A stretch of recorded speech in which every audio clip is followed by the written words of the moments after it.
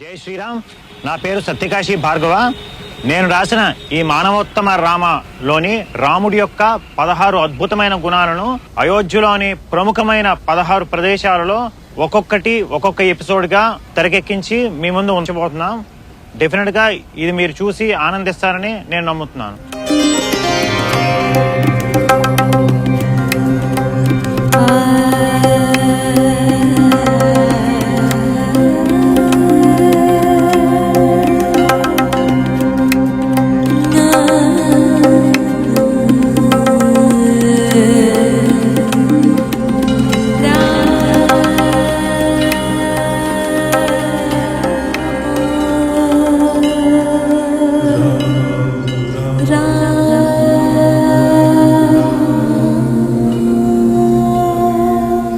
ఈరోజు మనం ఈ భూమి మీదే ఉన్న అత్యంత అద్భుతమైన ప్రదేశం అయోధ్యలో ఉన్నాము.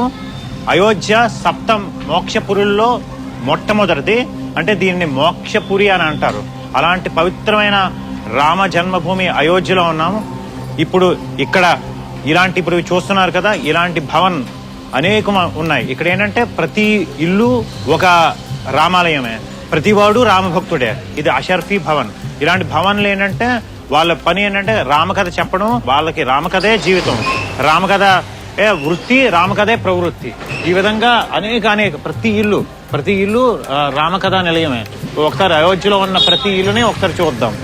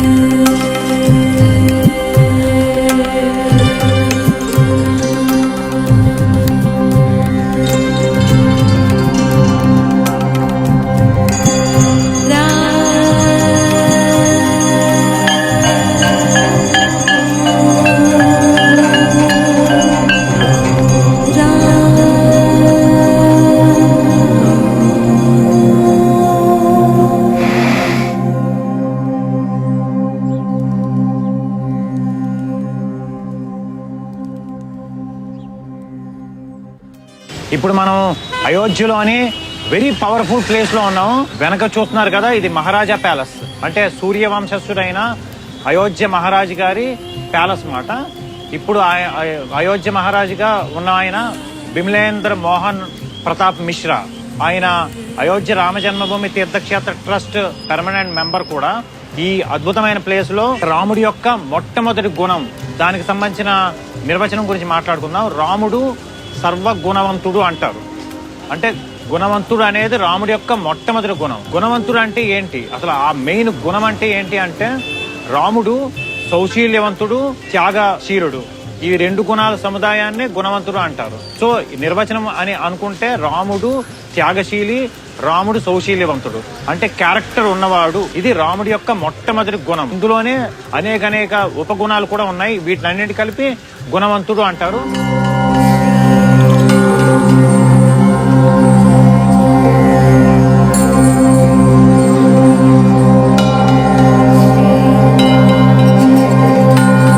ఇప్పుడు మనం రాముడి యొక్క మొట్టమొదటి గుణం గుణవంతుడు అనే విషయం రాముడిలో ఎప్పుడెప్పుడు ఎక్కడెక్కడ ప్రతిబింబించింది రామాయణం మొత్తం మీద అనేది ఉదాహరణలతో చూద్దాం. ముందుగా చెప్పుకున్నట్టు ఈ గుణవంతుడు అనేది అనేక గుణాల సముదాయం. ఆ గుణాలు ఏంటంటే త్యాగధనుడు, అలాగే సౌశీల్యవంతుడు, అలాగే హితభాషి, మితభాషి, జాలి, కరుణ ఉన్నవాడు, ఇలాంటివన్నీ కలిపి గుణవంతుడు అనే గుణంగా ప్రతిబింబిస్తుంది అన్నమాట. మొట్టమొదటిగా ఇందులో చాలా చాలా ఇంపార్టెంట్ అనేది ఈ సౌశీల్యము, త్యాగశీలి అనేది. త్యాగశీలి అనేది రాముడు త్యాగధనుడు అనే దానికి simple example and best example ఏంటంటే దశరథ మహారాజు రాముడిని యువరాజుగా చేద్దాం అనుకున్నారు. కానీ కైకేయి మాత వరాలు అడిగింది, తిను వనవాసానికి వెళ్ళిపోయాడు. కావాలనుకుంటే రాముడు రాజ్యం యువరాజు పట్టాభిషేకం చేయించుకోగలడు, కానీ ధర్మానికి సత్యానికి కట్టుబడి వెళ్ళిపోయాడు. అంటే మొత్తం తన రాజ్యాన్ని తృణప్రాయంగా వదిలేసి అడవులకు వెళ్ళిపోయాడు. సో ఆ ఒక్క పాయింట్ చాలు రాముడి యొక్క త్యాగశీలత్వానికి పరాకాష్ఠగా చెప్పుకోవచ్చు. ఇంకా సౌశీల్యం అంటే క్యారెక్టర్. అంటే క్యారెక్టర్ అంటే ధర్మము, న్యాయము, నీతి, సత్యము ఇవన్నీ సదా ఆచరించేవాడు ఆటోమేటికలీ సౌశీల్యవంతుడు అని అనిపించుకుంటాడు. రాముడిలో ఇంకా చాలా చాలా ఇంపార్టెంట్ గుణం ఏంటంటే కరుణ, దయ. అంటే పేదవాళ్ళ పట్ల దయ కానీ, లేకపోతే మిగతా జంతువుల పట్ల కరుణ. ముందుగా చెప్పుకున్నట్టు అందరినీ ఒకేలాగా చూస్తాడు రాముడు. తన దగ్గర పనిచేసే సేవకుల అవని వాళ్ళని తనతో పాటుగా ఈక్వల్గా ట్రీట్ చేస్తుంటాడు. రాముడు అంత దయాశీలి. అంతేకాదు ఈ వృక్ష సంపద, జంతువులు వీటి పట్ల అపారమైన కరుణ ఉన్నవాడు. సో ఇలాంటివన్నీ కలగలిపి రాముడు గుణవంతుడు అని మనం అంటాం. అంతేకాదు రాముడు మితభాషి, హితభాషి అంటారు. మితభాషి అంటే తక్కువ మాట్లాడతాడు. అంటే అనవసరమైన విషయాలు, అడ్డమైన విషయాలు, చెడు విషయాలు, ఇంకొకరిని హట్ చేసే విషయాలు ఇలాంటివి ఏం మాట్లాడు. హితభాషి అంటే తను మాట్లాడాడంటే ఏది మాట్లాడినా ఎదుటివారి మంచిని కోరే మాటలే వస్తాయి. సో తను హితభాషి అంటారు. అంతేకాదు పూర్వభాషి అని కూడా అంటారు. పూర్వభాషి అంటే తను బయటికి వెళ్తాడు, ఎదురాళ్ళు తనకు ఎదురైతే ఎదుటివాడు రాముడిని పలకరించే లోపుగానే తను వాళ్ళని పలకరిస్తాడు. అంటే తను నేను రాజుని, లేకపోతే దశరథ మహారాజు గారి కొడుకుని అనే గర్వం కానీ అలాంటివి ఏమీ లేవు రాముడిలో. అందరినీ ఈక్వల్గా ట్రీట్ చేయడం వలన ప్రతి వాళ్ళని తన యొక్క ఆత్మబంధువులుగానే ట్రీట్ చేసేంత మహోన్నత సంస్కారవంతుడు రాముడు. మనం రాముడి యొక్క ఈ గుణవంతుడు అనేది అనేక గుణాల సముదాయము అనేది తీసుకుంటే అన్ని గుణాలు కూడా రాముడిలో ఎల్లవేళలా ప్రతిబింబిస్తూనే ఉంటాయి. సో అందుకే రాముడు సర్వగుణవంతుడు అనడానికి 100% సరిపోతాడు. సో ఇప్పుడు ఈ గుణానికి రాముడి యొక్క గుణవంతుడు అనే గుణంకి సంబంధించిన డీటెయిల్ ఉదాహరణలతో చూసాం కాబట్టి తర్వాత ఈ గుణాన్ని మనం ప్రజెంట్ జనరేషన్లో అడాప్ట్ చేసుకుంటే దానివల్ల కలిగే లాభాలు ఏంటి అనేది మనం చూద్దాం.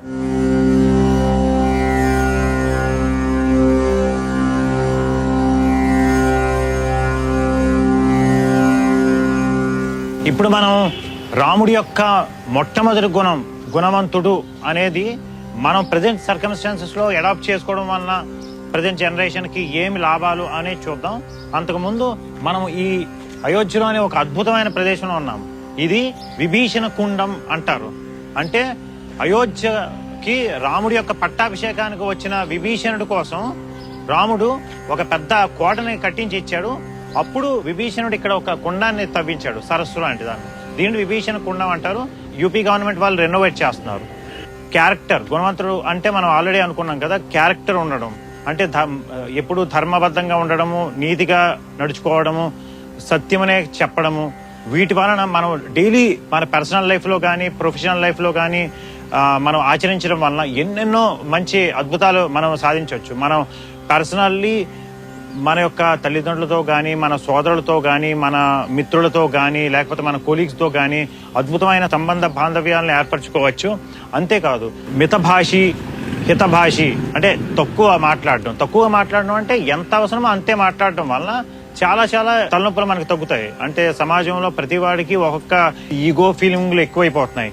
అవన్నీ ఎందుకంటే బుద్ధికి తోచినట్టు, మనసుకి నచ్చినట్టు, నోటికి వచ్చినట్లు మాట్లాడడం వలన మాత్రమే. ఇవన్నీ రాముడి యొక్క గుణాన్ని చూసుకొని మనం నేర్చుకుంటే ఇలాంటి ఈగోయిస్టిక్ ఫీలింగ్స్ ఇలాంటివన్నీ 100% తగ్గిపోతాయి. ఎవరి గురించి అయినా చెడుగా మాట్లాడకుండా మంచిగా మాట్లాడితే రాముడి యొక్క గుణాన్ని మనం 100% అడాప్ట్ చేసుకోగలిగినట్లే అనుకుంటున్నాను. రాముడిలాగా మనం అట్లీస్ట్ మన సమాజంలో కనీసం మనకన్నా మనీ పరంగా కానీ, మనకన్నా తక్కువ స్థాయిలో ఉన్న వాళ్ళకి మనకు తోచినంత సహాయం, మనీ లేకపోయినా వాళ్ళకి ఏదైనా జాబ్స్ ఏవో కావాలనుకుంటే జాబ్ ఇవ్వడం, లేకపోతే మనకు వచ్చిన విద్యని నేర్పడం ద్వారా వాళ్ళని ఇంకొక మెట్టెక్కించడం, సమాజంలో మనతో పాటు అందరినీ ఈక్వల్ గా ఉండేటట్లుగా చేస్తే ఈ రాముడి యొక్క గుణవంతుడు అనే గుణాన్ని మనం 100% అడాప్ట్ చేసుకున్నట్టు ఉంటుంది. దీనివలన ఏంటంటే సమాజం ఈక్విలిబ్రియంలో ఉంటుంది. ఇప్పుడు మళ్ళీ ఇప్పటి సమాజం రామరాజ్యంగా మారాలంటే రాముడి యొక్క ఈ ప్రప్రథమ గుణమైన గుణవంతుడు అనే దాన్ని మనం అందరం ప్రతి వాడు మన నిత్య జీవితంలో పర్సనల్ లైఫ్లోని, ప్రొఫెషనల్ లైఫ్లోని, సోషల్ లైఫ్లోని అడాప్ట్ చేసుకుని తీరాలి. డెఫినెట్గా భారతదేశం విశ్వగురువుగా ఆవిర్భవిస్తుంది. సో ఈ ఒక్క గుణం ఒకటి అడాప్ట్ చేసుకుంటే చాలు, అందరూ హ్యాపీగా భారతదేశం సుసంపన్నం అవుతుందని 100% నేను నమ్ముతున్నాను. సో ఇప్పటి నుండి అందరూ మనం రాముడిలాగా ఈ గుణవంతులుగా ఉండాలని ఆ రాముడిని ప్రార్థిస్తూ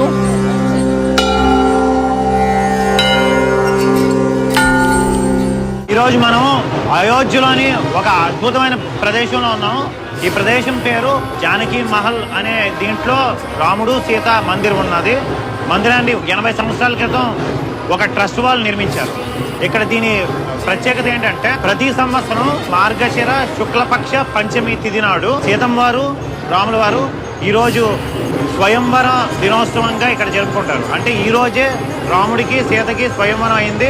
రాముడు శివధనుస్సును విరిచిన రోజు, సీతమ్మ వారు రాముడి మెడలో వరమాల వేసిన రోజు ఈ రోజుగా, అంటే మార్గశిర శుక్లపక్ష పంచమి నాడు. ఈ రోజు స్పెషాలిటీ ఏంటంటే అయోధ్యలోని దశరథ మహల్ అంటే దశరథుడి అంతఃపురం నుండి పెళ్లి ఊరేగింపు రూపంలో ఇక్కడ బారాత్ అంటారు. చాలా చాలా ఘనంగా ఊరేగింపు రూపంలో వచ్చి ఈ జానకి మహల్ వరకు వస్తుంది. సీతారాములు, లక్ష్మణుడు, ఊర్మిళ, భరతుడు, మాండవి, శృతకీర్తి, శత్రుఘ్నుడు వీళ్ళు పెళ్లి ఊరేగింపుతో తిరిగి దశరథ మహల్ వరకు వెళ్తారు. ఎంత ఘనంగా జరుగుతుందంటే మొత్తం అయోధ్యలోని ప్రతి వాడు ఇది తమ సొంత ఇంటి పెళ్లిలాగా భావించి వాళ్ళ ఇంట్లో పెళ్లికి ఎంత ఘనంగా చేస్తారో అంత బాగా అందరూ ఇందులో పార్టిసిపేట్ చేస్తారు. ఇక్కడ సీతమ్మ వారు రాముల వారు చాలా చాలా చాలా అద్భుతమైన అందంతో ఉంటారు.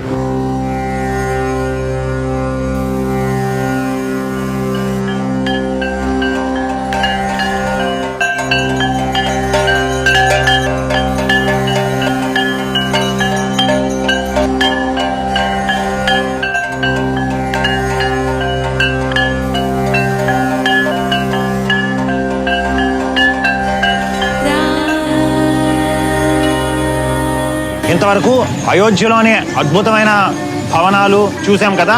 ఇప్పుడు మనం ఉన్నది లతా మంగేష్కర్ చౌక్ అంటారు. దీనిని రీసెంట్లీ 2 నెలల క్రితం ఇది లతా మంగేష్కర్ గారి జయంతి నాడు స్మారక చిహ్నంగా నిర్మించారు మన యూపీ ప్రభుత్వం, యోగీజీ.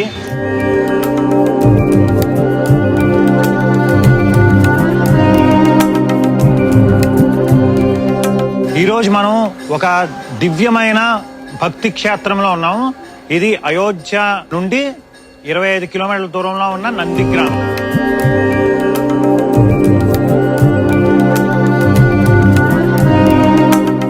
ఈ నందిగ్రామం యొక్క ముఖ్య విశేషం ఏంటంటే ఈ నందిగ్రామంలోనే భరతుడు సీతారామ లక్ష్మణులు వనవాసానికి వెళ్ళిపోయిన తర్వాత రాముడి యొక్క పాదుకలతో వచ్చి ఆ పాదుకలని సింహాసనం వేసి పాదుకలను ఇక్కడే పెట్టారు. అండ్ ఇక్కడే భరతుడు ఆశ్రమం కూడా నిర్మించుకున్నారు. ఎందుకంటే సీతారాములు లేని అయోధ్యకి నేను వెళ్ళను, ఇక్కడే ఉంటాను. మళ్ళీ 14 సంవత్సరాల తర్వాత సీతారామ లక్ష్మణులు వచ్చిన తర్వాతే నేను అయోధ్యలోకి ఎంటర్ అవుతానని ఇక్కడే ఉండిపోయారు. సో ఇది అవుట్స్కర్ట్స్ ఆఫ్ అయోధ్య అన్నమాట. 14 సంవత్సరాలు భరతుడు ఒక మహర్షిలాగా తపస్సు చేస్తూ ఉన్న దివ్యమైన భవ్యమైన క్షేత్రం ఇది. భారతదేశంలోనే వెరీ రేర్ భరతుడికి మందిరం ఉన్న ఏకైక దివ్య క్షేత్రం ఇది. రాముడి ఎంత ధర్మాత్ముడో భరతుడు కూడా అంతే ధర్మాత్ముడు. సో అలాంటి భరతుడికి ఉన్న ఏకైక మందిరము ఇది.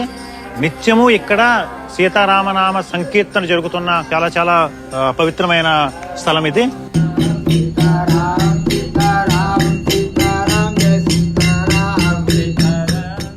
ఈరోజు దాని గురించిన గుడి లోపలికి వెళ్దాం, అన్ని విశేషాలు కూడా చూద్దాం.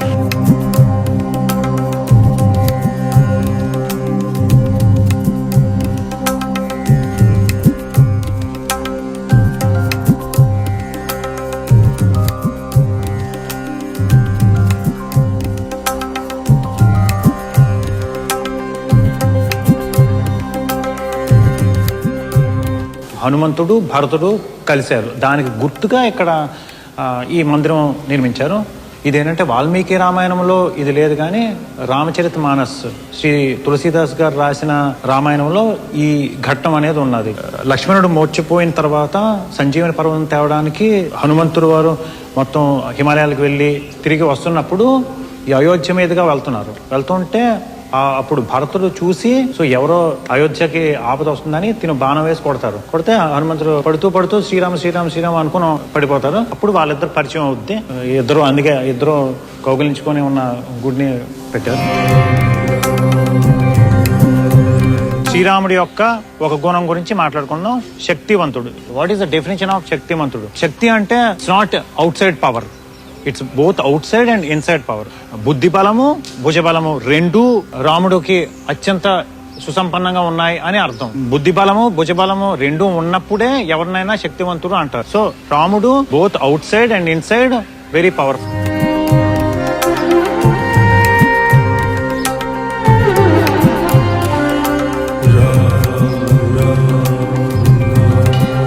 ఈ శక్తివంతుడు అనే గుణం రాముడిలో ఎప్పుడెప్పుడు ప్రకటితమైంది చూద్దాం. రామాయణంలో అసలు రాముడు మొట్టమొదటిసారి తన శక్తిని ప్రదర్శించినది విశ్వామిత్రుడు రామలక్ష్మణులు పట్టుకొని సిద్ధాశ్రమానికి పట్టుకుని వెళ్లే అప్పుడు మొట్టమొదటిసారిగా రాముడి యొక్క శక్తి ప్రపంచానికి తెలిసింది. 1000 ఏనుగుల బలం గల తాటిక లాంటి మహారాక్షసిని ఒక్క బాణంతో చంపాడు.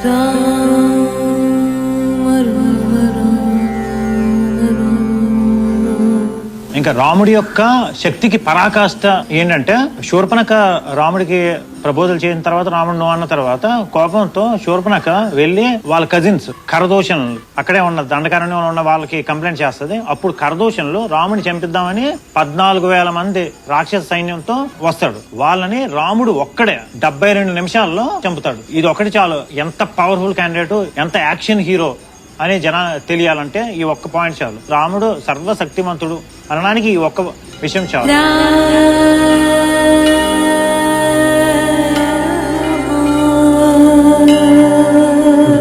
ఈ రాముడి యొక్క ఈ శక్తిమంతుడు అనే గుణాన్ని ప్రజెంట్ సర్కమ్స్టాన్సెస్ లో మనం మన నిత్య జీవితంలో అడాప్ట్ చేసుకుంటే మనకేంటి లాభం అనే దాని మీద ఒకసారి మాట్లాడదాం. నేను ఆల్రెడీ చెప్పినట్టు శక్తిమంతుడు అంటే ఇన్సైడ్ అండ్ అవుట్ సైడ్, బుద్ధి బలం, mind power as well as muscle power. దానికి సంబంధించిన సింపుల్ ఎగ్జాంపుల్ ఏంటంటే ఇప్పుడు మనం ఏదో ఒక పనికి వెళ్దాం అనుకుంటాం, చాలా ఇంపార్టెంట్ పనికి, కానీ మనకి మైండ్ మన బుద్ధికి తెలుస్తుంటది లేవాలి అని, కానీ మన బాడీ సహకరించదు. సో దానివల్ల మనకి మన పని అవ్వదు. సో బుద్ధి బలము ఫిజికల్ పవర్ రెండు మిక్స్ చేసినప్పుడే శక్తివంతుడు అనిపించుకుంటాం.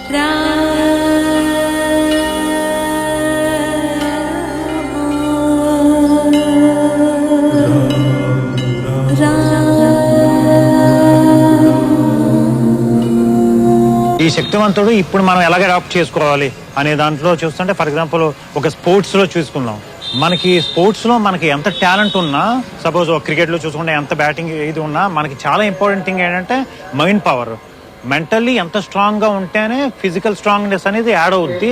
అదే సక్సెస్ కి మనకి మెయిన్ అడ్వాంటేజ్ అవుద్ది. సో అలాగ లేదు, మనకి ఎంత టాలెంట్ ఉన్నా మెంటల్లీ మనం స్ట్రాంగ్ లేకపోతే మన టాలెంట్ అనేది వేస్ట్ అయిపోతుంటది. సో దీన్ని రాముడి యొక్క ఈ శక్తిమంతుడు అనే గుణాన్ని నుండి మనం నేర్చుకోవాల్సినది ఇదే. మెంటల్ స్ట్రెంగ్త్ అనేది చాలా చాలా ఇంపార్టెంట్. సో ఆ బ్యాలెన్స్ అనేది mental strength as well as physical strength, ఈ రెండు బ్యాలెన్స్ చాలా ఇంపార్టెంట్ అనేది మనం రాముడి యొక్క లైఫ్ నుండి నేర్చుకోవాల్సిన మెయిన్ లెసన్.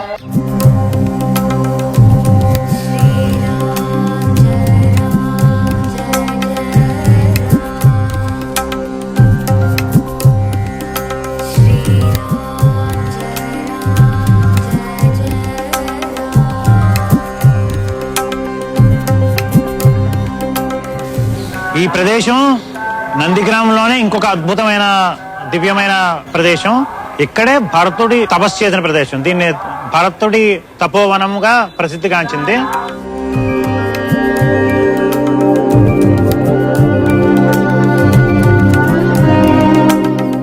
చాలా యూనిక్ థింగ్ ఏంటంటే భరతుడు రాముడు అరణ్యవాసంకి వెళ్ళిపోయిన తర్వాత నేల మీద పడుకుంటుంటాడు.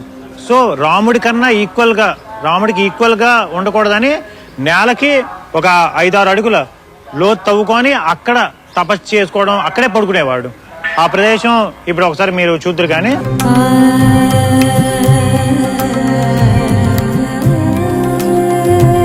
అరణ్యవాసం తర్వాత సీతారామ లక్ష్మణులు ఇదే ప్రదేశానికి వచ్చి భరతుడిని కలుసుకున్నారు. వాళ్ళ ఇద్దరి కలయికకి చిహ్నంగా రామ భరత మిలన మందిర్ అంటే రాముడు భరతుడు కలిసిన ప్రదేశం మందిరంగా కూడా ఒకటి కట్టారు. చాలా అద్భుతమైన క్షేత్రం.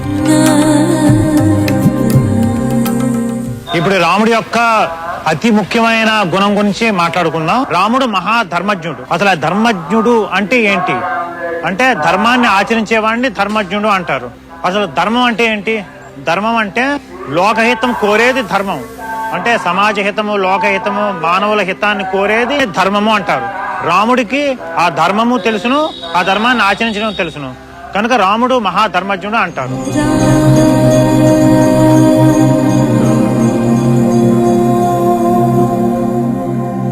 ఇప్పుడు రాముడు ఈ ధర్మాన్ని ఎప్పుడెప్పుడు ఎలాగ ఆచరించాడు అనేది మనం ఒకసారి చూద్దాం. తల్లిదండ్రులతో రాముడు ఎలా ప్రవర్తించేవాడు, గురువులతో ఎలా ప్రవర్తించేవాడు, లేకపోతే సోదరులతో ఎలా ప్రవర్తించేవాడు, స్నేహితులతో ఎలా ధర్మాన్ని ఆచరించేవాడు అనేది మనం ఒకసారి చూద్దాం. తల్లిదండ్రుల పట్ల ధర్మం ఏంటి? ఒక పుత్ర ధర్మంగా పుత్రుడిగా తల్లిదండ్రులను గౌరవించడం, ఎల్లప్పుడూ వారి మాటని వినడం, వారి యొక్క కోరికలను తీర్చడం పుత్రుడిగా. ఇది ఒక పుత్రుడి ధర్మం. దాన్ని రాముడు ఎప్పుడూ తప్పలేదు, ఎప్పుడూ ధర్మంగా ప్రవర్తించాడు. తల్లిదండ్రులతో సోదరులతో కూడా ధర్మాన్ని చాలా ధర్మబద్ధంగా ఉండేవాడు. తనకన్నా చిన్నవాళ్ళని ఎంతో ప్రేమగా అభిమానంగా చూసుకునేవాడు. అది సోదరుడిగా ధర్మాన్ని నెరవేర్చడం, అది రాముడు ఎప్పుడూ నెరవేర్చాడు. అదే విధంగాను స్నేహితుల పట్ల కూడా ధర్మాన్ని ఎప్పుడూ ఆచరించాడు. స్నేహితులను చాలా హెల్ప్ చేయడం ఇలాంటివన్నీను చాలా ధర్మబద్ధంగా ప్రవర్తించేవాడు. అదేవిధంగా తన యొక్క రాజ్యం పట్ల, రాజ్య ప్రజల పట్ల ఒక మహారాజుకి అంటూ ఒక ధర్మం ఉంటాయి. ధర్మం అంటే ఏం లేదు, కర్తవ్యం. వాటిని రాముడు ఎల్లప్పుడూ సదా ఆచరించాడు. సో అందుకే మారీచుడ లాంటి ఒక రాక్షసుడు రాముణ్ణి రామో విగ్రహాన్ ధర్మ అన్నాడు. అంటే ధర్మానికి మానవ రూపం ఇస్తే అదే రాముడు అని. అంటే ఇంకా ప్రత్యేకించి ధర్మానికి నిర్వచనం ఎంతకన్నా గ్రేట్ నిర్వచనం లేదు. అంటే రాముడు ఆచరించేది ప్రతిదీ ధర్మమే, ఇంకా మనం వెతుక్కోవాల్సిన అవసరం లేదు. బెస్ట్ ఎగ్జాంపుల్, వాళ్ళ పినతల్లి కైకేయి అడవులకు వెళ్ళమన్నది. ఒక్క మాట మాట్లాడకుండా నేను పుత్రుడిగా నా ధర్మం తల్లి మాటని వినడం మాత్రమే అని అనుకున్నాడు, ఆచరించాడు. అదేవిధంగా వాళ్ళ తండ్రి మాటని తూచా తప్పకుండా ఆచరించాడు. అడవులకి వెళ్ళడం అనేది తన పుత్రుడిగా తన ధర్మం, దాన్ని రాముడు ఎల్లప్పుడూ ఆచరించాడు. అదేవిధంగా గురువుగా విశ్వామిత్రుడి యాగ రక్షణ నిమిత్తం వెళ్తున్నప్పుడు విశ్వామిత్రుడి మాట వినడమే ఒక శిష్యుడిగా తన ధర్మం, దాన్ని రాముడు ఎల్లవేళలా ఆచరించాడు. అంతేకాకుండా లక్ష్మణుడి చేత కూడా ధర్మాన్ని ఆచరింపచేశాడు. రాముడు ఒక శిష్యుడిగా, ఒక పుత్రుడిగా, ఒక స్నేహితుడిగా అనుకుంటే తన యొక్క గుహుడు అత్యంత తన సన్నిహితమైన స్నేహితుడు తన పట్ల ఎంత బాగా ధర్మం ఆచరించాడంటే తన పట్టాభిషేక సమయంలో గుర్తుంచుకొని తన ముఖ్య అతిథిగా గుహుడిని తన దగ్గర పిలిపించుకున్నాడు. సుగ్రీవుడు, విభీషణుడు కూడా తన పట్టాభిషేక ముహూర్తానికి చీఫ్ గెస్ట్లుగా వాళ్ళని ఆదరంగా చూసుకున్నాడు. ఇది రాముడి యొక్క ధర్మబద్ధతకి ఇది పీక్స్. ఇంకా అదే విధంగా ఒక పతిగా అంటే సీతమ్మ వారి పట్ల ఇప్పుడు భార్యాభర్తలు ఎలాగుండాలి, ఎంత ధర్మం పాటించాలనే దానికి ఏకపత్ని వ్రతము అంటే ఒకే పత్ని పెళ్లి చేసుకున్నాడు. తన పట్లే ఎప్పుడు ప్రేమగా ఉన్నాడు. ఇప్పటి జనరేషన్ కి అది చాలా చాలా ముఖ్యమైనగా మనం తీసుకోవాల్సిన విషయం.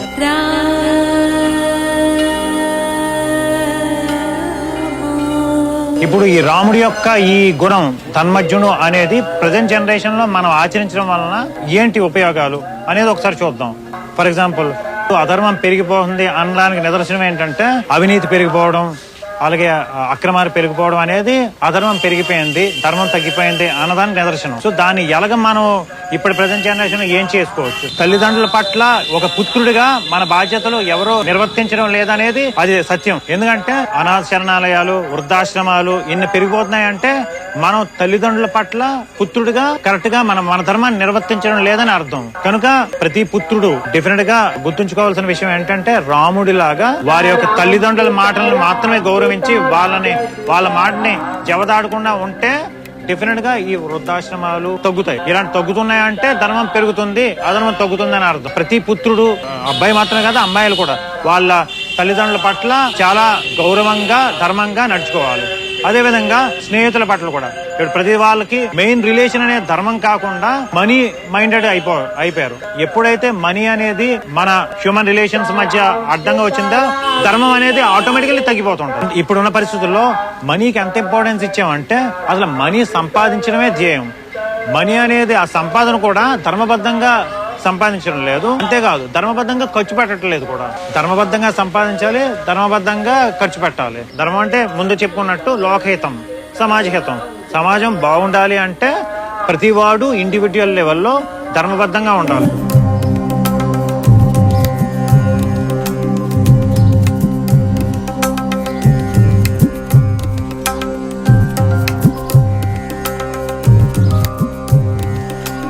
ఇప్పుడు మనం ఇంకొక అద్భుతమైన స్థలం గురించి తెలుసుకుందాం. ఇది కూడా నంది గ్రామంలోనే ఉన్నది. ఇదే భరతుడి తపోవనము తపస్సు చేసిన ప్రదేశం కూడాను ఇది. అంతేకాకుండా ఇక్కడ రామ జానకి మందిర్, శ్రీరామ జానకి మందిర్ అని అద్భుతమైన ఒక మందిరం కూడా నిర్మించారు.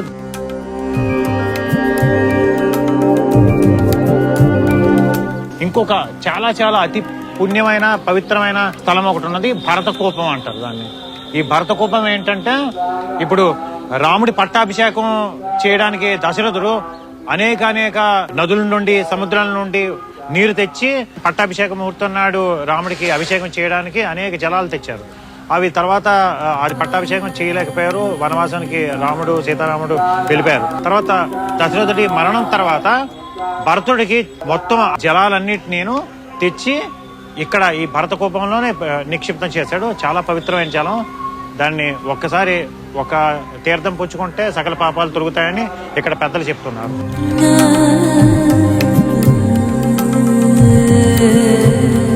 ఇప్పుడు రాముడి యొక్క ఇంకొక అద్భుతమైన గుణం గురించి తెలుసుకుందాం. అదేంటంటే రాముడు చాలా కృతజ్ఞుడు అంటే ఏంటి? రాముడు ఏదైనా ఎవరైనా తనకి తెలిసి చేసినా తెలియక చేసినా చిన్న సహాయం చేసినా చాలు, ఇంకా వాళ్ళ జీవితాంతం గుర్తు పెట్టుకుంటాడు. ఆ సహాయం పొందిన వ్యక్తి గురించి, తను పొందిన సహాయం గురించి ప్రతి వాడికి అడిగిన అడగకపోయినా చెప్పుకొని సంతోషంతో పొంగిపోతూ ఉంటాడు. సో ఈ గుణం ఒకటి మనం అందరం గుర్తుంచుకోవాల్సిన విషయం. ఒకరి దగ్గర ఎప్పుడైనా సహాయం తీసుకున్నామా అంటే జీవితాంతం వారి పట్ల మనం కృతజ్ఞతతో ఉండాలనేది రాముడిని చూసి మనం నేర్చుకోవాలి. ఇప్పుడు రాముడి యొక్క అతి ముఖ్యమైన గుణం కృతజ్ఞుడు. దాని గురించి కొద్దిగా డీటెయిల్ గా తెలుసుకుందాం. ఈ రామాయణంలో ఎప్పుడెప్పుడు రాముడు ఎవరెవరి పట్ల కృతజ్ఞతతో ఉన్నాడు అనేది తెలుసుకుందాం. తన వంశానికి మూల పురుషుడు సూర్యదేవుడు. ఆ సూర్యుడి పట్ల ఎంత కృతజ్ఞతతో ఉంటాడు. ఎవ్రీడే మార్నింగ్ సూర్యోదయానికి ముందే లేస్తాడు. సూర్యోపాసన చేస్తూ సూర్యుడిని నమస్కరిస్తూ తన యొక్క దినచర్య ప్రారంభిస్తాడు. రాముడు యొక్క సూర్యవంశస్థుడు కాబట్టి సూర్యుడి పట్ల ఎల్లప్పుడూ కృతజ్ఞతతో ఉంటాడు. ఆ సూర్యుడి వల్లనే తన యొక్క జీవనం కొనసాగుతుంది అనే కృతజ్ఞత రాముడిలో ఎల్లప్పుడూ ప్రతి క్షణము ఉంటుంటుంది. తన యొక్క వంశ మూల పురుషులు అందరూ, తన యొక్క తాత తండ్రులు ముత్తాతలు వాళ్ళందరి పట్ల ఎల్లప్పుడూ చాలా కృతజ్ఞతతో ఉంటాడు. ఎందుకంటే వాళ్ళ పెట్టిన భిక్ష తన జీవితం అని రాముడు ప్రతి క్షణం అదే స్పృహలో ఉంటాడు. తన తండ్రి పట్ల, తల్లిదండ్రుల పట్ల, గురువుల పట్ల ఎల్లప్పుడూ కృతజ్ఞతతో ఉంటాడు. ఎందుకంటే వాళ్ళ ద్వారా రాముడు ఎప్పుడూ ఏదో ఒకటి పొందుతూ ఉంటాడు. సో తను ఎవరి దగ్గరైనా ఏదైనా సహాయం పొందినా ఏదైనా తీసుకున్నా కృతజ్ఞతతో ఎల్లప్పుడూ ఉంటాడు అనడానికి ఇదే నిదర్శనం. ఒక రాజ్యం అన్న తర్వాత లేకపోతే ఒక సమాజం అన్న తర్వాత ప్రతివాడు ఇంకొకటి మీద ఆధారపడి జీవించాలి. మనం జీవిస్తున్నామంటే ఎంతో మంది యొక్క సహాయం లేకుండా మన జీవితం కొనసాగదు అనేది రాముడు ఎల్లప్పుడూ నమ్ముతాడు. అందువలన తన రాజ్యంలో ఉన్న ప్రతి వాడి పట్ల ఎల్లప్పుడూ ఎంతో కృతజ్ఞతతో ఉంటాడు. తను ఎవరిదైనా సహాయం పొందితే, ఇప్పుడు అరణ్యవాస సమయాన్ని సుగ్రీవుడు ద్వారా తన సహాయం పొంది యుద్ధం చేసి గెలిచాడు. ఎంతో సాయం చేసిన సుగ్రీవుడి పట్ల ఎల్లప్పుడూ ఎంత కృతజ్ఞతతో ఉంటాడంటే తనని ఇంకా ఆప్తమిత్రుడు రాముడి యొక్క పట్టాభిషేక సమయంలో సుగ్రీవుడు తన ముఖ్య అతిథిగా తనని చేసుకుని ఆ కృతజ్ఞతని తెలియజేసుకున్నాడు. ఇంకా రాముడి యొక్క జీవితంలో హనుమంతుడు చేసిన సహాయం రాముడికి ఇంకెవరు చేయలేదు. రాముడు పట్టాభిషేకం సమయంలో హనుమంతుడితో అంటాడు, హనుమంత నీకు రుణం ఎలాగా తీర్చుకోగలను, ఎందుకంటే నువ్వు చేసిన సాయాన్ని ఐ కాంట్ రెసిప్రికేట్, నీకు ఇంకొక సాయం చేయలేను. రాముడు హనుమంతుడికి అంత స్థానం ఇచ్చాడు. సాక్షాత్తు రాముడు విష్ణు స్వరూపం. అలాంటి వాడు తను తీరా హనుమంతుడికి కౌగిలించుకొని తనను ఆశీర్వదించాడు. కృతజ్ఞతని అలాగ తీర్చుకున్నాడు అనమాట. సో ఈ విధంగాను రాముడు ప్రతి క్షణం తను సహాయం పొందిన వ్యక్తులని లేకపోతే ఆ సందర్భాలని పదే పదే గుర్తుంచుకొని ఆ కృతజ్ఞతని ఎల్లప్పుడూ 10 మందికి చెప్పుకుంటూ ఎల్లప్పుడూ సంతోషపడుతూ ఉంటాడు.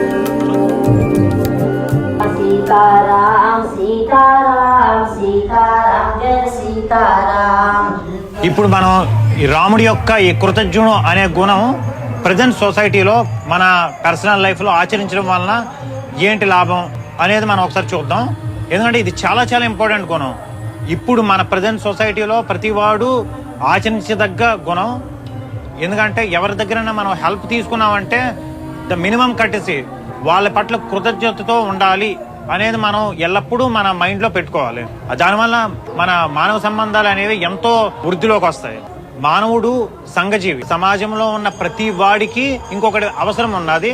మనం ఒకరు బతుకుతున్నాం అంటే అనేక వందల మంది సమాజంలో మనతో పాటు ఉండడం వల్ల వాళ్ళ హెల్ప్ తో మనం బతుకుతున్నాం. సో మనం ప్రతి వాడి పట్ల, సమాజంలో ఉన్న ప్రతి వాడి పట్ల మనం ఎల్లప్పుడూ కృతజ్ఞతతో ఉండాలి. ఎందుకంటే నేను ఇండిపెండెంట్, నేను ఎలాగన్నా ఉండగలను, నాకేమి ఇంకొకరి హెల్ప్ అవసరం లేదు, నా దగ్గర డబ్బులు ఉన్నాయి అని అనుకుంటే కాదు. డబ్బులు ఉన్నా కూడా మనం ఎల్లప్పుడూ ఎన్ని కోట్లు ఉన్నా మనం నిత్య జీవితంలో ఫర్ ఎగ్జాంపుల్ ఒక సర్వర్స్, లేబరర్, రోడ్లు ఊడ్చే వాళ్ళు, ఇలాంటి వాళ్ళు దేవతలతో సమానం. వాళ్ళనే వాళ్ళు లేకపోతే మనకి సమాజం అనేది పరిశుభ్రంగా ఉండదు. సో పరిశుభ్రంగా ఉండకపోతే దానివల్ల అనేక రోగాలు, డబ్బులతో ఆ రోగాలను మనం ఆపుకోలేము. ఇది జస్ట్ ఎగ్జాంపుల్ మాత్రమే. మనం చాలా గుర్తుంచుకోవాల్సిన విషయం ఏంటంటే మన దగ్గర ఎంత డబ్బులు ఉన్నాయి, ఎంత పవర్ ఉన్నాయి, డెఫినెట్ గా ప్రతి వాడితోని డిపెండబిలిటీ అనేది ఉంటుంది. అంటే డిపెండబిలిటీ ఉన్నది అంటే మనం ఎల్లప్పుడూ ప్రతి వాడితోని కృతజ్ఞతతో ఉండాలి. ఈ ఒక్కటి రాముడు మనకి చాలా స్ట్రాంగ్ గా నేర్పాడు. ఈ ఒక్క గుణం మనం రాముడి నుండి మనం అడాప్ట్ చేసుకోగలిగితే ఇప్పుడున్న సమాజంలో చాలా 90% ఆఫ్ ప్రాబ్లమ్స్ సాల్వ్ అయిపోతాయి.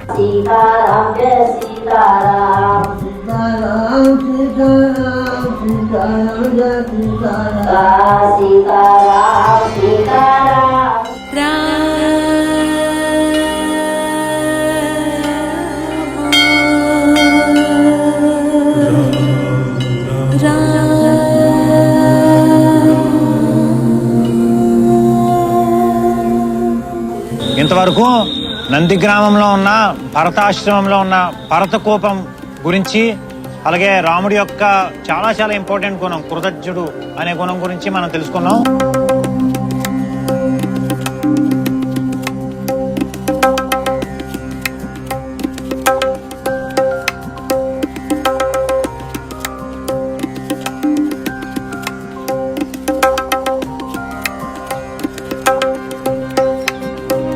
ఇప్పుడు మనం అయోధ్యలోని ఒక చాలా చాలా చాలా ఇంపార్టెంట్ ప్లేస్ లో ఉన్నాం.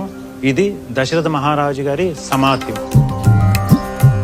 ఇక్కడ దశరథ మహారాజు గారి సమాధి మందిర్ అని దశరథుడి ఉన్న ఏకైక గుడి అని అనుకోవచ్చు.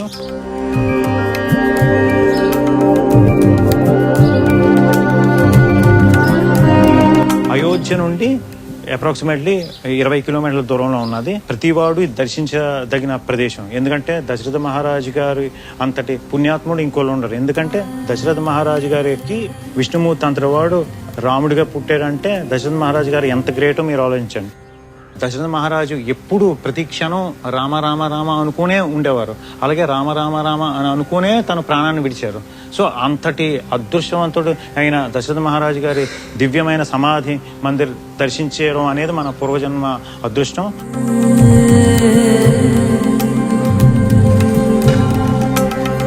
ఇప్పుడు మనం రాముడి యొక్క చాలా చాలా ఇంపార్టెంట్ గుణం గురించి మాట్లాడుకుందాం.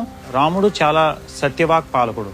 అంటే రాముడు ఎప్పుడూ సత్యమనే మాట్లాడతాడు, అబద్ధం అస్సలు చెప్పడు.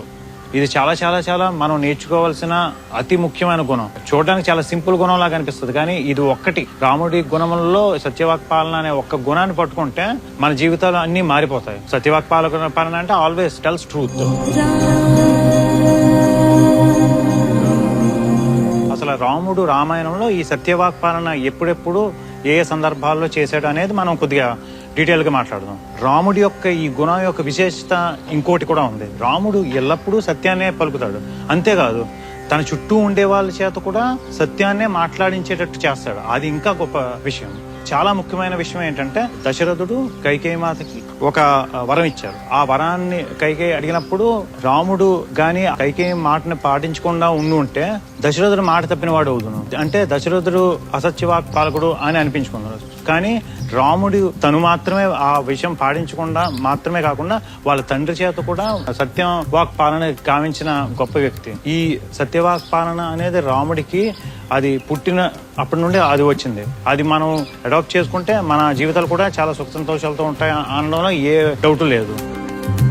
రాముడిలో ఇంకో విషయం, తను సత్యం మాత్రమే మాట్లాడతాడు.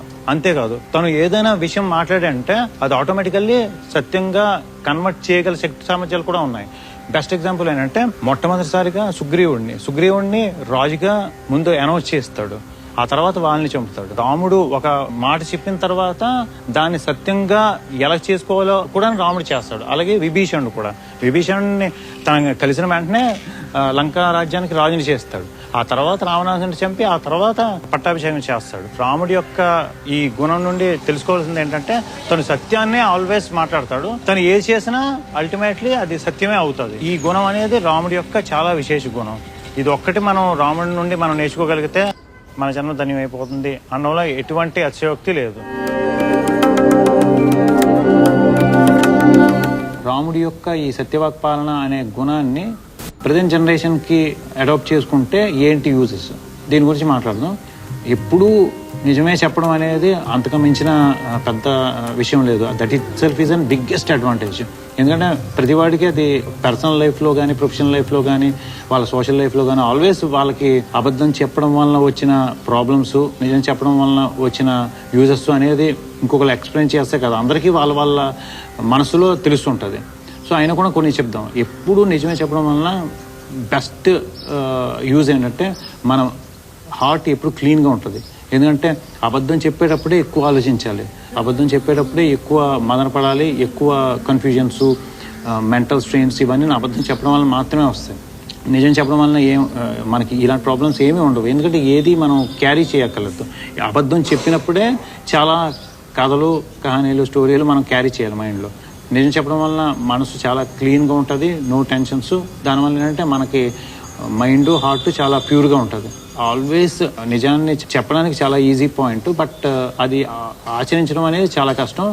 కనుక సాధ్యం వరకు ప్రతి వాడు అట్లీస్ట్ సింపుల్ దీనికి సంబంధించిన ఒక ఎక్సర్సైజ్ లాగా ఎవ్రీడే నైట్ పడుకునేటప్పుడు ఒక్కసారి ఈరోజు మనం ఎన్ని నిజాలు చెప్పాం, ఎన్ని అబద్ధాలు చెప్పాం అని అనుకుంటే దాన్ని బట్టి వాళ్ళకే అర్థమైపోతుంటుంది ఏంటి అసలు ఎందుకు అబద్ధాలు చెప్పాం అనేది. దాన్ని బట్టి దాన్ని ఎలాగ నిజాలు మాత్రమే మాట్లాడాలి అనుకుంటే ఏం చేయాలనేది వాళ్ళకే అర్థమైపోతుంటుంది. సో సాధ్యం వరకు ప్రతి వాడు ఎప్పుడూ నిజాన్ని చెప్పడానికి ప్రయత్నిద్దాం.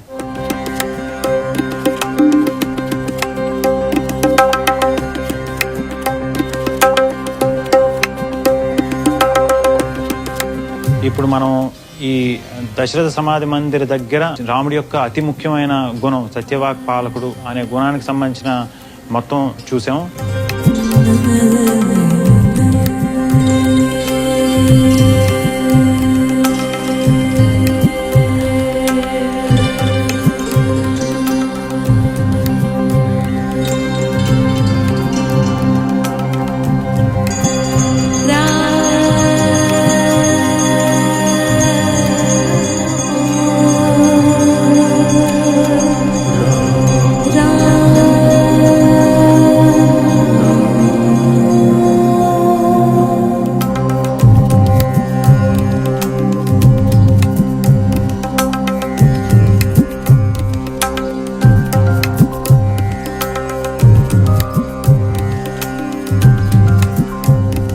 ఈరోజు మనం అయోధ్యలోని మరో అతి ముఖ్యమైన ప్రదేశం దగ్గరకు వచ్చాము. ఈ ప్రదేశం పేరు కనక భవన్. దీని యొక్క విశేషం ఏంటంటే సీతారాముల పెళ్లి అయిన తర్వాత కైకేయి మాత సీతమ్మ వారికి యాజ్ ఏ మ్యారేజ్ గిఫ్ట్ కనక భవన్ ని గిఫ్ట్ గా ఇచ్చింది. ఇక్కడే పెళ్ళైన తర్వాత వనవాసానికి వెళ్ళడానికి ముందు 12 సంవత్సరాల పాటు సీతారాములు వాళ్ళ యొక్క అంతఃపురం ఇదే. చాలా చాలా పవిత్రమైన ప్రదేశం. ఈ కనక భవన్ లో సీతారాములు 12 సంవత్సరాలు ఉండిన కారణంగా సీతారామ మందిరం ఉంటది. ఇప్పుడు చూద్దాం. అయోధ్యలో ఉన్న అన్ని ప్రదేశాలు ఒక ఎత్తు, ఈ కనక భవన్ మందిర్ అనేది ఒక ఎత్తు. ఎందుకంటే సీతారాములు సాక్షాత్తు లక్ష్మీనారాయణులు ఇక్కడ నివసించి ప్రతి అణువులోని వాళ్ళ యొక్క పాత ధూళి ఉన్నది. అంతటి పవిత్రమైన ప్లేస్ ఇది. అంతేకాదు దీని తర్వాత ద్వాపర యుగంలో శ్రీకృష్ణుడు కూడా ఈ మందిరాన్ని విజిట్ చేశారు. విష్ణుమూర్తి అవతారాల శ్రీరామచంద్రుడు, శ్రీకృష్ణుడు ఇద్దరు విజిట్ చేసిన, ఒక విధంగా చెప్పాలంటే ఏకైక ప్రదేశం.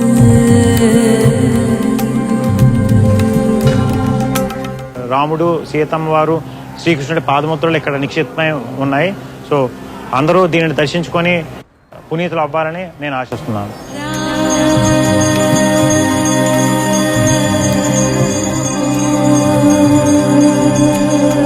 ఇప్పుడు ఇక్కడ రాముడి యొక్క ఒక చాలా మెయిన్ గుణం దృఢవ్రతుడు. దాని గురించి మాట్లాడదాం. అసలు దృఢవ్రతుడు అంటే ఏంటి అంటే, ఏదైనా రాముడు ఒక మాట అనుకుంటే దాన్ని సాధించేంత వరకు వదలడు.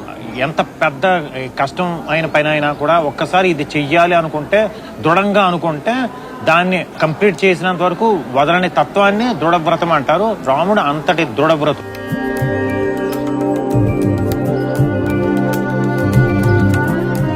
అసలు రాముడు దృఢవ్రతుడు అని చెప్పుకున్నాం కదా. రాముడు ఈ రామాయణంలో ఎప్పుడెప్పుడు ఆ దృఢవ్రతం అనేది ఆచరించాడు, దృఢవ్రతుడికి ఎప్పుడున్నాడు అని ఒకసారి ఎగ్జాంపుల్స్తో ఒకసారి చూడాలనుకుంటే, రాముడు అనుక్షణము దృఢవ్రతుడే. తను అనుకున్న పనిని సాధించడం కోసం ఎప్పుడూ తన మనస్సు అదే, తను అనుకున్న దానికి పట్టుదలగా ఉండే వ్యక్తి. ఫర్ ఎగ్జాంపుల్ కొన్ని విషయాలు మాట్లాడదాం. దృఢవ్రతానికి సంబంధించిన పీక్స్ అనుకుంటే, తనని ఆ వనవాసానికి వెళ్ళమని కైకేయి చెప్పిన తర్వాత దశరథ మహారాజు ఒప్పుకోలేదు. వెళ్ళవద్దు, అడవికి వెళ్ళక్కర్లేదు అని, నేను వరాలను ఉపసంహరించుకుంటానన్నాడు. తర్వాత వశిష్ఠ మహర్షి, మొత్తం అయోధ్య ప్రజలు, వాళ్ళ సోదరులు మొత్తం అందరూ రాముడు వెళ్ళడం అనేది ఇష్టం లేదు, ఉండిపోవాలని అనుకున్నారు. కానీ తన తండ్రిని మాట నిలబెట్టడం కోసం రాముడు అడవికి వెళ్ళడానికి కూడా రెడీ అయిపోయాడు. సో అది రాముడి యొక్క దృఢవ్రతాన్ని సూచిస్తుంది. అందరూ మొత్తం రాముడు అడవికి వెళ్ళడానికి అందరూ ఎగెనిస్ట్, కానీ రాముడు మాత్రం ధర్మం కోసం, సత్యం కోసం తను అనుకున్న దీనిని దృఢవ్రతాన్ని ఆచరించడానికి సిద్ధపడ్డాడు, కానీ అది వదిలిద్దామని అనుకోలేదు. ఈ ఒక్క విషయం చాలు రాముడు ఎంత దృఢవ్రతుడు అని చెప్పడానికి. అదే విధంగా ఇంకొకటి, రాముడు కావాలనుకుంటే ఇప్పుడు సుగ్రీవుడితో మైత్రి అయిన తర్వాత వారిని చంపుతాను అని ముందే మాటిచ్చాడు. మాటిచ్చిన తర్వాత ఎంత దృఢంగా మాటిచ్చాడంటే, నేను నిజంగా అమలు చేసి వారిని చంపేంత వరకు కూడాను అదే కాన్సన్ట్రేషన్తో ఉన్నాడు. సో రాముడు ఏంటంటే దృఢవ్రతము అని అనుకుంటే ఓన్లీ ఏదో మనం అనేసుకుంటే చాలదు, మనసుతో దృఢంగా సంకల్పించాలి, తర్వాత బుద్ధితో ఆలోచించాలి, ప్రణాళిక వేసుకోవాలి, దానిని మనం ఆచరించాలి. ఈ 3 స్టేజులు త్రూ అయితేనే ఆ దృఢవ్రతుడు అని అనడానికి అర్హత సంపాదించినట్టు. ఆ అర్హత రాముడికి ఎప్పుడు ఉన్నది అని అనడానికి ఈ ఉదాహరణలే చాలు. సింపుల్ ఎగ్జాంపుల్ ఏంటంటే, రాముడు విభీషణుడిని కలిసిన వెంటనే తనకి రాజుని చేశాడు. అప్పటికి వాళ్ళ అన్నయ్య రావణాసురుడు ఆల్రెడీ రాజు, కానీ రాముడు ఎంత దృఢంగా తనకి మాటిచ్చాడంటే, దాన్ని ఆచరించినంత వరకు తను అదే ప్రణాళిక, యుద్ధంలో తనని ఎలాగ విజయం సాధించినంత వరకు వానరుల్ని నడిపించాడు, వాళ్ళ రాక్షస సైన్యంతో యుద్ధం చేయించాడు, గెలిపించాడు, తర్వాత మళ్ళీ అఫీషియల్లీ రాజుని చేశాడు. రాముడి ఎంత దృఢవ్రతుడు అనడానికి ఈ 2-3 ఎగ్జాంపుల్స్ మనకి మొత్తం రామాయణంలో చాలా ఇంపార్టెంట్ ఎగ్జాంపుల్స్ అని చెప్పుకోవచ్చు.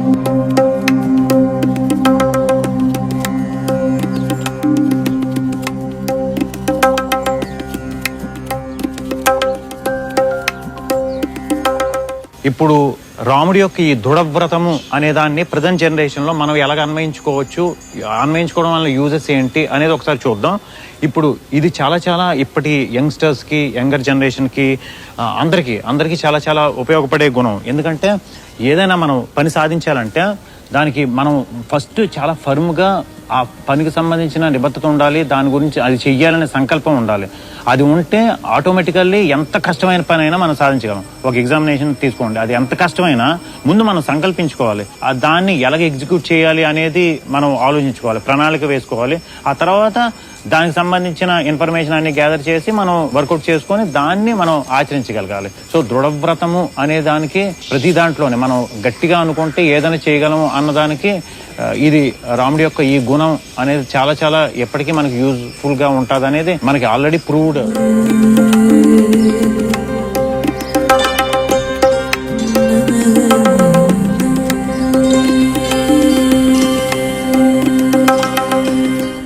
ఇక్కడ మన అయోధ్యలోని అత్యంత ముఖ్యమైన ప్రదేశమైన కనక భవన్లో రాముడి యొక్క అత్యంత ముఖ్యమైన గుణం దృఢవ్రతుడు అనే గుణం గురించి తెలుసుకున్నాం కదా.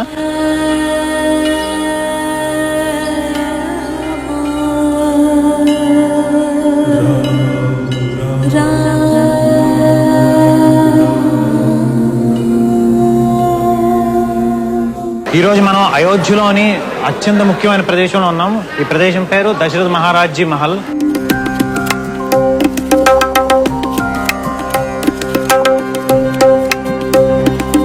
ఇక్కడే దశరథ మహారాజు గారి అంతఃపురం ఉంది. ఇక్కడే రాముడు, భరతుడు, లక్ష్మణుడు, శత్రుఘ్నుడు పెరిగి పెద్దవాళ్ళైన దివ్యమైన ప్రదేశం. ఇప్పుడు దీని అన్నిటికీ గుర్తుగా ఇక్కడ సీతారామ, లక్ష్మణ, భరత, శత్రుఘ్న వీళ్ళ మూర్తులు ప్రతిష్ఠించారు.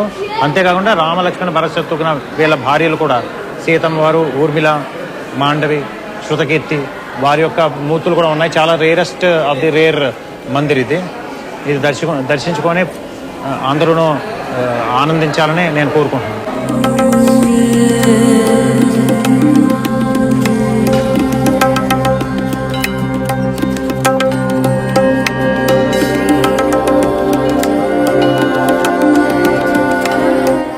ఇప్పుడు మనం ఈ దశరథ మహల్లో రాముడి యొక్క ఒక అద్భుతమైన గుణం గురించి మాట్లాడుకుందాం. రాముడు సదాచార సంయుక్తుడు అంటారు. సదాచార సంయుక్తుడు అంటే ఏంటి? ఎప్పుడూ సదాచారమును పాటించేవాడు. అసలు సదాచారం అంటే ఏంటి అంటే ఒక మానవుడిగా పుట్టినవాడు ఎలాగైతే బతకాలో వేదం చెప్పినట్టు ఆచరించే గుణాన్నే సదాచారం అంటారు.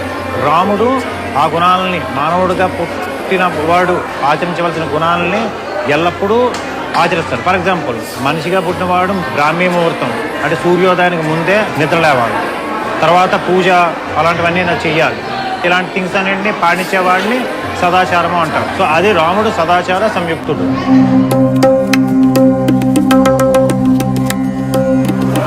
ఇప్పుడు ఇక్కడ ఈ దశరథ మహారాజ్ మహల్లో రాముడి యొక్క ముఖ్యమైన గుణం సదాచార సంపన్నుడు, సదాచార సంయుక్తుడు. దీని గురించిన డీటెయిల్స్ లోకి వెళ్దాము. రామాయణంలో రాముడిలో ఈ గుణం ఎప్పుడెప్పుడు ప్రతిబింబించింది అనేది మనం డీటెయిల్గా మాట్లాడదాం. ఇప్పుడు రాముడు చెప్పాం కదా సదాచార సంయుక్తుడు అని. ఎప్పుడు అంటే సదాచారం అంటే సదాచారం పాటించేవాడు. అంటే తల్లిదండ్రుల మాటలు, గురువుల మాటలు వినేవాడు. అలాగే శాస్త్రం చెప్పినది ఆచరించేవాడు. ఫర్ ఎగ్జాంపుల్ సింపుల్గా సూర్యోదయానికి ముందే నిద్ర లేచి తన యొక్క కాలకృత్యాలు అన్ని తీర్చుకొని పూజ ఇలాంటివి పద్ధతిగా చేసుకొని ఇలాగ ఉండేవాడు. ఒక శాస్త్రం చెప్పినట్టుగా నడుచుకునేవాడిని సదాచార సంయుక్తుడు అంటారు. ఇది ఎక్కడి నుండి అంటే దశరథుడికి అంటే ఒక విధంగా మానవుడికి కావాల్సిన సంస్కారం అంటారు కదా. ఆ సంస్కారం అనేది రాముడికి ఉన్నది. అది పెద్దల దగ్గర నుండి మాత్రమే వస్తుంది. అంటే తల్లిదండ్రులైన కౌసల్య, దశరథ మహారాజు, అలాగే విశ్వామిత్ర, వశిష్ఠుడు అనే గురువుల ద్వారా తనకి అది సంపాదించుకున్నాడు. అది ఎప్పుడూ తన నుండి విడిపడలేదు. ఆల్వేస్ దాన్ని ఆచరించాడు. ప్రతికూల పరిస్థితులైన అడవికి వెళ్ళాడు, వనవాసానికి వెళ్ళినప్పుడు అలాంటి దగ్గర కూడాను తను పద్ధతిగా పూజా కార్యక్రమాలు ఎప్పుడూ మానలేదు. అలాగే ఆచారాన్ని ఎప్పుడూ విడవలేదు. ఏది ఎప్పుడు ఎలా చేయాలో అలా చేస్తూనే ఉన్నాడు. ఫర్ ఎగ్జాంపుల్, పంచవటిలో కుటీరం నిర్మించినప్పుడు, అలాగే చిత్రకూటంలో తను నివాసం ఉన్నప్పుడు, అరణ్యవాస సమయం అప్పుడు కూడా ఆ కుటీరం వేసుకున్న తర్వాత మన శాస్త్రం చెప్పినట్టుగా పూజాధికాలన్నీ చేసుకొని శాంతి హోమాలు అవన్నీ నిర్వహించుకొని గృహప్రవేశం చేశారు. కానీ తన బుద్ధికి తోచినట్టుగా అలాగేమీ చేయలేదు. సో సదాచార సంయుక్తులు అంటే ఒక్క మాటలో చెప్పాలంటే మనకి పెద్దలు, తల్లిదండ్రులు, గురువులు చెప్పిన మంచి మాటల్ని ఆచరణలో పెట్టి ఆచరించడం అనేది అర్థం చేసుకోవాలి.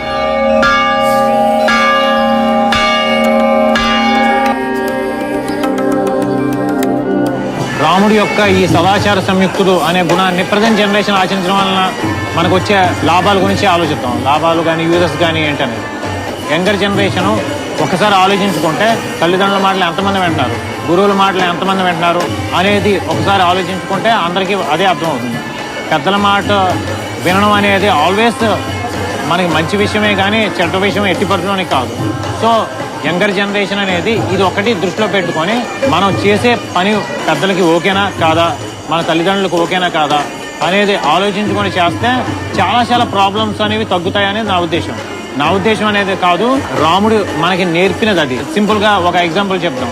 రాముడికి సీతామ్మవారి స్వయంవరానికి వెళ్ళినప్పుడు శివధనుస్సును విరిచిన తర్వాత జనక మహారాజు వచ్చి రాముడిని అడుగుతాడు, స్వయంవర విధి విధానం ప్రకారం మా అమ్మాయిని పెళ్లి చేసుకోవాలి. అప్పుడు రాముడు అన్న మాట ఒకటే, పెళ్లి చేసుకోకపోవడం అనేది మా నాన్నగారు చెప్పిన తర్వాత ఆయనకి నచ్చితేనే చేసుకుంటాను అని అంటాడు. వాళ్ళ తల్లిదండ్రులకి రాముడు ఇచ్చే గౌరవం అది. సో ఈ ఒక్క పాయింట్ గానీ మనం రాముడి దగ్గర నుండి తీసుకుంటే ఇప్పటి తరంలో చాలా మంది చాలా హ్యాపీగా మంచి జీవితాలు జీవించవచ్చు అనేది నా ఉద్దేశం.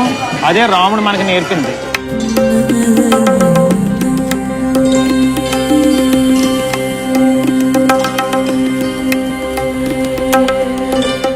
ఈ ఎపిసోడ్ లో మనం దశరథ మహారాజ్జీ మహల్ చూసాము. అక్కడే రాముడి యొక్క అతి ముఖ్యమైన గుణం సదాచార సంయుక్తుడు అనే గుణం సంబంధించిన డీటెయిల్స్ అన్ని మనం చూసాము.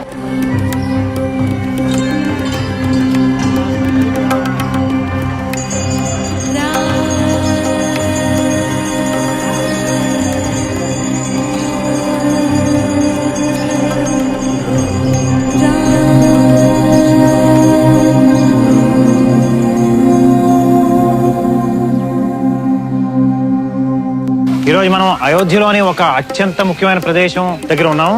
ఈ ప్రదేశం పేరు మణిపర్వత్.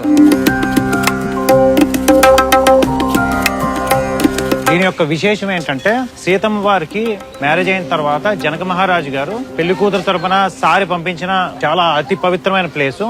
మొత్తం అనేక మణులు మాణిక్యాలు అలాంటివన్నీను మిథిలా నగరం నుండి ఇక్కడికి తీసుకుని వచ్చి ఇక్కడ ఒక పర్వతపు రాసుల్లాగా పోసారు అని ఇక్కడ పూజారి వాళ్ళు చెప్పారు. అది కాలక్రమంలో ఒక మణిపర్వతం కింద మారింది. ఇప్పుడు దాన్నే మణిపర్వత అనే పేరు మీద ఇది ప్రసిద్ధిగాంచింది. చాలా చాలా పవిత్రమైన అద్భుతమైన ప్లేసు. ఇక్కడే సీతమ్మ వారు కూడా ఒక ఊయల్లో ఊగారు అని ఇక్కడే రాముడు సీత ఇద్దరికీ కలిపి రామ సీత మందిర్ అని ఒకటి అద్భుతమైన మందిరం ఉంది. అది చూద్దాం.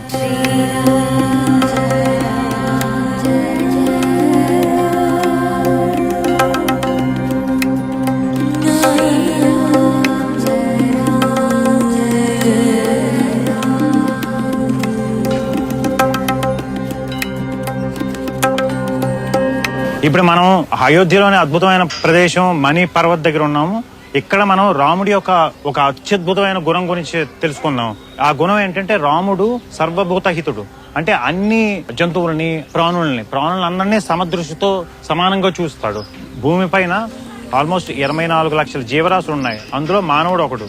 కానీ రాముడు మానవులతోనే మాత్రమే కాకుండా మానవులను ఎలాగ ట్రీట్ చేస్తాడో అదే విధంగా సకల వృక్షాలని సకల జంతువులని సకల జీవరాశుల్ని ఒకే విధంగా చూస్తాడు. అది సర్వభూత హితుడు అని రాముడిని అంటారు. ఇప్పుడు రాముడి యొక్క ఈ సర్వభూత హితుడు అనే గుణం రామాయణంలో ఎప్పుడెప్పుడు ఏ సందర్భాల్లో ప్రతిబింబించింది అనేది ఒకసారి కొద్దిగా ఎగ్జాంపుల్స్ చూద్దాం. అసలు రాముడు అందరినీ ఒకేలాగా ఈక్వల్ గా చూస్తాడు అని అనడానికి ప్రత్యక్ష దర్శనం రాముడి యొక్క ఫ్రెండ్స్ లిస్ట్ చూస్తే తెలిసిపోద్ది. రాముడికి అత్యంత క్లోజ్ ఫ్రెండ్స్ ఎవరు? ఒకడు గుహుడు ఏంటంటే ఒక అటవికి జాతికి చెందిన వ్యక్తి. అలాగే ఇంకొక అత్యంత క్లోజ్ ఫ్రెండ్ అంటే సుగ్రీవుడు వానరుడు. అలాగే హనుమంతుడు. అదే విధంగా ఒక రాక్షస జాతికి చెందిన విభీషణుడు. అంటే ఒకటి ఫ్రెండ్స్ ని చూసి వారి యొక్క క్యారెక్టర్ ని అసెస్ చేయొచ్చు అనేది మనం పెద్దలు చెప్పిన మాట. ఆ విధంగా చూస్తే రాముడి యొక్క ఫ్రెండ్స్ లిస్ట్ చూస్తే డిఫరెంట్ ఈవెన్ జంతువులతో కూడా తను అంత ఫ్రెండ్షిప్. ఒక వానర జాతికి చెందిన సుగ్రీవుడు అలాగే హనుమంతుడితో రాముడికి ఎంతో అత్యంత సన్నిహితులు వాళ్ళు ఒకరు. మనకి రాముడు అందరినీ ఈక్వల్ గా ట్రీట్ చేస్తాడు అనేది మనం అర్థం చేసుకోవచ్చు. రాముడు మొత్తం రామరామని యుద్ధం అయిపోయిన తర్వాత దేవతలందరూ ప్రత్యక్షమయ్యి దేవేంద్రుడు ఒక వరం అడుగుతాడు రాముడిని, నీకు ఏ వరం కావాలి కోరుకో అంటే రాముడు తన గురించి గాని తన వాళ్ళ గురించి గాని కోరుకోలేదు. ఒకే వరం కోరుకున్నాడు. ఏంటంటే తనకి హెల్ప్ చేసిన వానర జాతి మొత్తానికి త్రూ అవుట్ ఈ కలియుగం అంతం వరకు కోతులు అనేవి ఎక్కడ ఉన్నా వాళ్ళకి సమృద్ధిగా ఆహారము, సమృద్ధిగా నివసించడానికి చెట్లు అవి మాత్రం ఎప్పుడు ఉండాలి అనేది రాముడు కోరుకున్న వరం. మీరు ఎప్పుడైనా ఇప్పుడు ఈవెన్ అయోధ్యలో గానీ లేకపోతే మధురాలో గానీ ఎక్కడ వానరులు కనిపించినా వాటికి సమృద్ధిగా ఉండడానికి లోటు ఉండదు, తినడానికి లోటు ఉండదు. ఇదంతా రాముడు దేవేంద్రుడి దగ్గర వరం పొందాడు. ఈ ఒక్క విషయంలో మనం తెలుసుకుంటే చాలు, రాముడు మిగతా అన్ని డిఫరెంట్ ప్రాణుల్ని ఈక్వల్ గా చూస్తాడు అని మనం చెప్పుకోవచ్చు. అదే విధంగా రాముడు ఈవెన్ నాట్ ఓన్లీ జంతువులు, ఇప్పుడు వృక్షాలు, ఇప్పుడు అరణ్యంలో వెళ్ళేటప్పుడు రాముడు మామూలుగా ఇప్పుడు మనం ఎలా చేస్తున్నాము, ఎక్కడన్నా అరణ్యంకి వెళ్తే మనకు ఫామ్ హౌస్లు వీటిలో అనుకొని మనం అన్ని చెట్లు కొట్టేయడం ఊరికినే మన యొక్క స్వార్థం కోసం, మన యొక్క సొంగం కోసం చేసుకుని ఏవో ఇల్లు నిర్మిస్తుంటాం. రాముడు అలా కాదు. అప్పట్లోనే రాముడు వనవాసంకి వెళ్ళిన దట్టమైన అరణ్యాల్లో కూడా ఇష్టానుసారంగా చెట్లు కొట్టేవాడు కాదు. తనకి ఎంత అవసరమో అంత మాత్రమే తను ఇల్లు నిర్మించుకొని చెట్లకు కూడా హాని చేసేవాడు కాదు. అంతటి సర్వభూత హితుడు. ఇవన్నీ రాముడిలో ఇలాంటి ఎగ్జాంపుల్స్ రామాయణంలో అనేకం ఉన్నాయి. సో సింపుల్ గా ఒక మాటలో చెప్పాలంటే రాముడు సర్వభూత హితుడు అనడానికి ప్రత్యక్ష నిదర్శనం సుగ్రీవుడు, హనుమంతుడు, రాక్షసుడైన విభీషణుడు. వీళ్లతో స్నేహమే.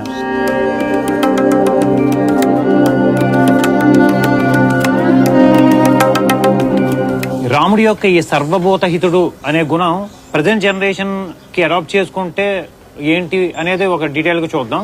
ఈ సర్వభూత హితుడు అనేది one of the most important గుణం. సర్వభూత హితం అంటే ప్రతి మానవుడితో పాటు ఈ భూమిపై ఉన్న అన్ని జీవరాశుల్ని సమానంగా చూడగలగడం అనే గుణం అనేది చాలా గొప్ప గుణం. ఇప్పుడున్న పరిస్థితుల్లో ప్రతి వాడు మనం మాత్రమే ఉన్నాం భూమి మీద, ఇంకొక జీవరాశులు ఎవరు లేరు అని ప్రకృతిని నాశనం చేస్తూ పోతున్నాం మనం. అది అభివృద్ధి పేరుతో, డెవలప్మెంట్ పేరుతో మనం. దానివల్ల ఏంటంటే ప్రకృతి సమతుల్యం అనేది దెబ్బతిని ఈ ఎర్త్ క్వేక్స్, ఇలాంటి సునామీలు, ఇలాంటి ప్రమాదాలు మనకి జరుగుతున్నాయి. అలాంటి ప్రకృతిని నాశనం చేయకుండా మనతో పాటు మొత్తం మీద ఈ ప్రపంచంలో 84 లక్షల జీవరాశులు అనేవి ఉన్నాయి. మానవుడితో కాకుండా 83,99,999 జీవరాశులు ఉన్నాయి. వృక్ష జాతులు అవని, యానిమల్స్ అవని, అనేక బ్యాక్టీరియా, డిఫరెంట్. మనం వాటన్నిటిని సమదృష్టితో చూడడం అనేది నేర్చుకుంటే ప్రకృతి అంతా ఎంతో చాలా బాగా ఉంటది.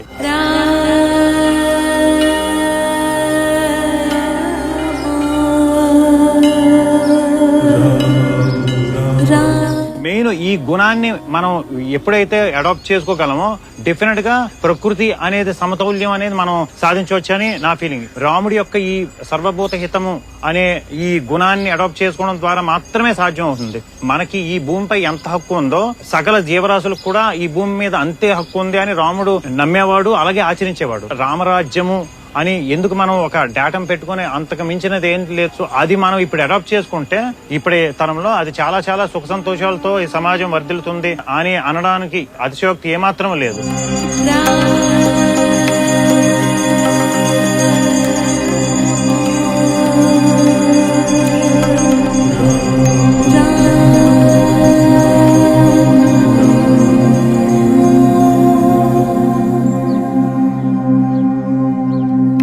అయోధ్యలోని అతి ముఖ్యమైన ప్లేస్ లో ఉన్నాం, హనుమాన్ గడి మందిర్.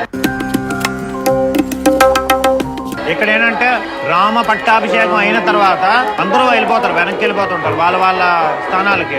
వానులేమో కిష్కిందకి వెళ్ళిపోతారు, విభీషణుడేమో లంకకి వెళ్ళిపోతాడు. కానీ హనుమంతుడు మాత్రం ఇంకా వెళ్ళాను, ఇక్కడే ఉంటాను రాముడి వాళ్ళ దగ్గరే అని ఫిక్స్ అయిపోతారు. అప్పుడు సీతారాములు కలిసి హనుమంతుడిని ఇక్కడ ఉండమంటారు. తను ఇక్కడే ఒక ఆశ్రమం లాగా పెట్టుకొని ఇక్కడే ఉన్నారు. దాన్ని ఇప్పుడు మందిరంగా నిర్మించారు. చాలా చాలా అద్భుతమైన మందిరం.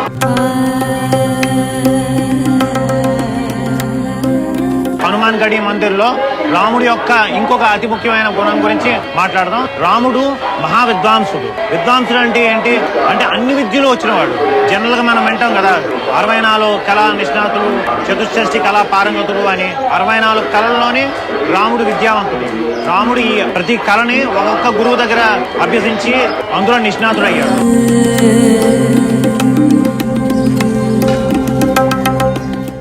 ఇప్పుడు ఈ విద్వాంసుడు అనే గుణం రాముడిలో రామాయణంలో ఎప్పుడెప్పుడు ప్రకటితమైందనేది ఎగ్జాంపుల్స్ తో చూద్దాం.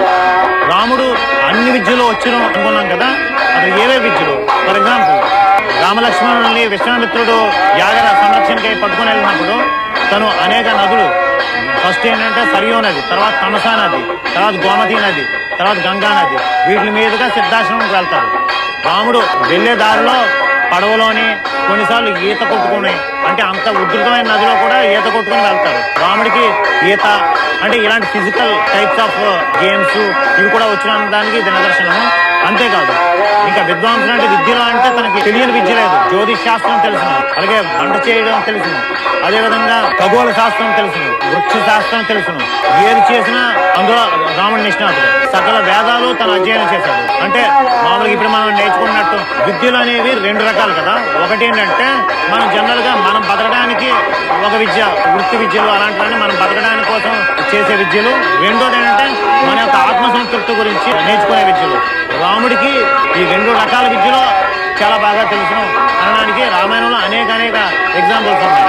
రాముడికి మెయిన్ ఈ విద్యల్లో ఒకటి వశిష్ఠ మహర్షి, ఇంకోటి విశ్వామిత్ర మహర్షి, వీళ్ళిద్దరి ద్వారా అనేక విద్యలు నేర్చుకున్నాడు. ఇంకా ఆఖరిగా రాముడికి ధనుర్విద్యలో రాముడిని మించిన వాళ్ళు ఈ లోకంలో లేరు. ఈ ధనుర్విద్యని రాముడు విశ్వామిత్ర మహర్షి ద్వారా నేర్చుకున్నాడు. రాముడి నాట్య శాస్త్రము, సంగీత శాస్త్రం కూడా తెలుసు.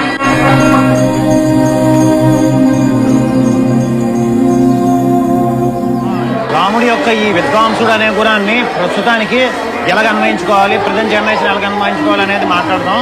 రాముడు రెండు రకాల విద్యల్లోనే నిష్ణాతుడు. ఒకటి జనరల్ వృత్తి విద్య, ఇంకొక టైప్ ఏంటంటే ఆధ్యాత్మిక విద్య. అంటే ప్రతివాడికి, మానవుడిగా పుట్టిన వాడికి దేవుడి గురించి తెలుసుకోవాల్సిన అవసరం చాలా ఉంది.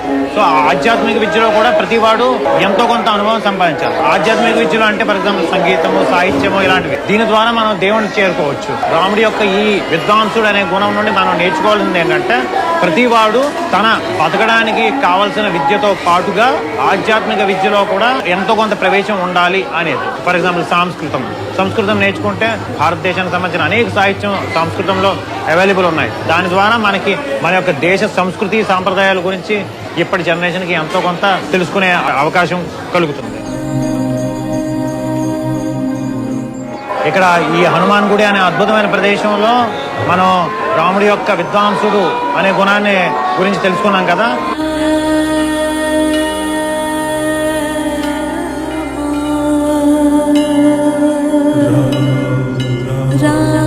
ఈరోజు మనం అయోధ్యలోని అతి ముఖ్యమైన ప్రదేశంలో ఉన్నాము. ఈ ప్రదేశం ఏంటంటే సరియు నది తీరంలో ఉన్న స్నాన ఘట్టాలు, సరియు నది ఘాట్లు. ఈ ఘాట్ పేరు బోలా ఘాట్. ఇక్కడ నుండి ఆల్మోస్ట్ ఒక 500 మీటర్స్ ఈ స్ట్రెచ్ లో మొత్తం అంతా బోలా ఘాట్ అంటారు. ఇక్కడ ప్రతి వాళ్ళు సరియు నదిలో పవిత్ర స్నానాలు ఆచరిస్తూ ఉంటారు. చాలా పవిత్రమైన ప్రదేశం ఇది.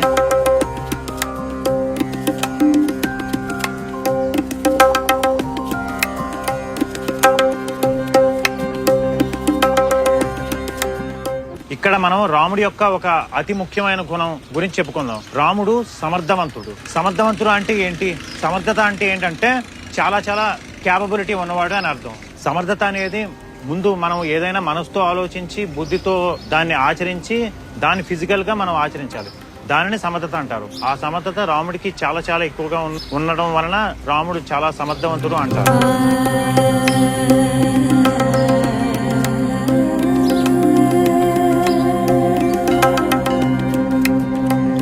మనము సరియు నదిలో ప్రయాణించబోతున్నాము. ఒక్కసారి ఈ పడవని చూడండి, వీళ్ళు ఎంత బాగా అలంకరించారు. ఎందుకంటే ఇక్కడ ఎవరు ఎక్కినా వాళ్ళని సీతారామ స్వరూపాలుగా భావించి ఎంత బాగా వీళ్ళు అలంకరిస్తారు. చూస్తున్నారు కదా, ఇప్పుడు మనం సరియు నదిలో ప్రయాణిస్తున్నాము. ఇప్పుడు మనం రాముడి యొక్క చాలా ముఖ్యమైన గుణం సమర్థవంతుడు రామాయణంలో ఎప్పుడు ప్రకటితమైందనేది కొద్ది ఎగ్జాంపుల్తో తెలుసుకుందాం. రాముడు యొక్క సమర్థత అనేది మొట్టమొదటిసారిగా మెంటల్లీ సమర్థత ఏంటనేది ఒకసారి చూద్దాం.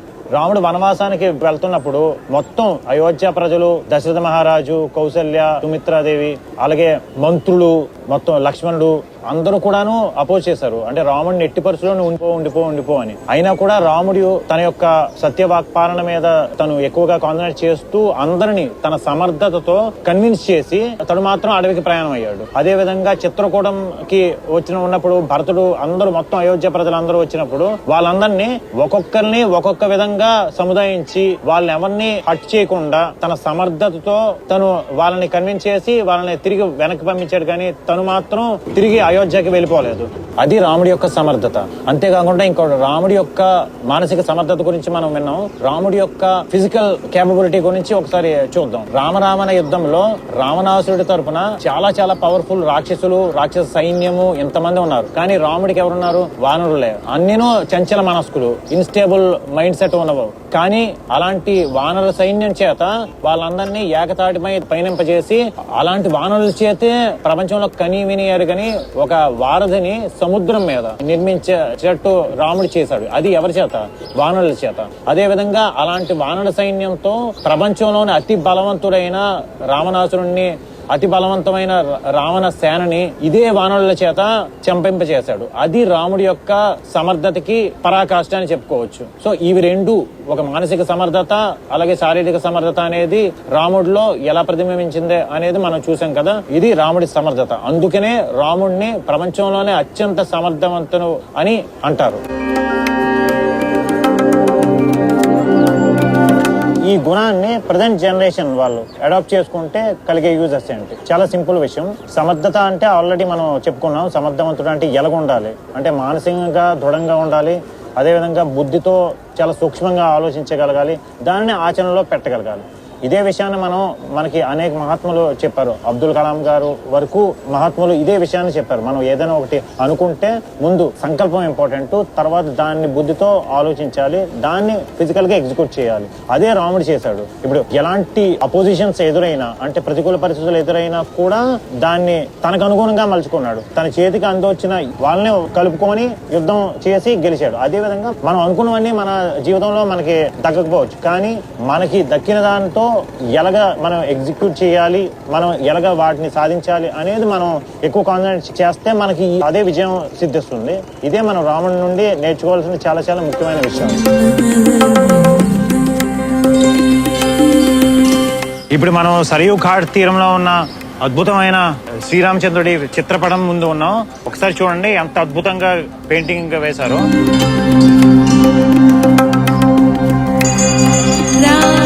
ఇప్పుడు మనం సమర్థవంతుడు అనే గుణాన్ని ఈ అద్భుతమైన ప్రదేశంలో విన్నారు కదా.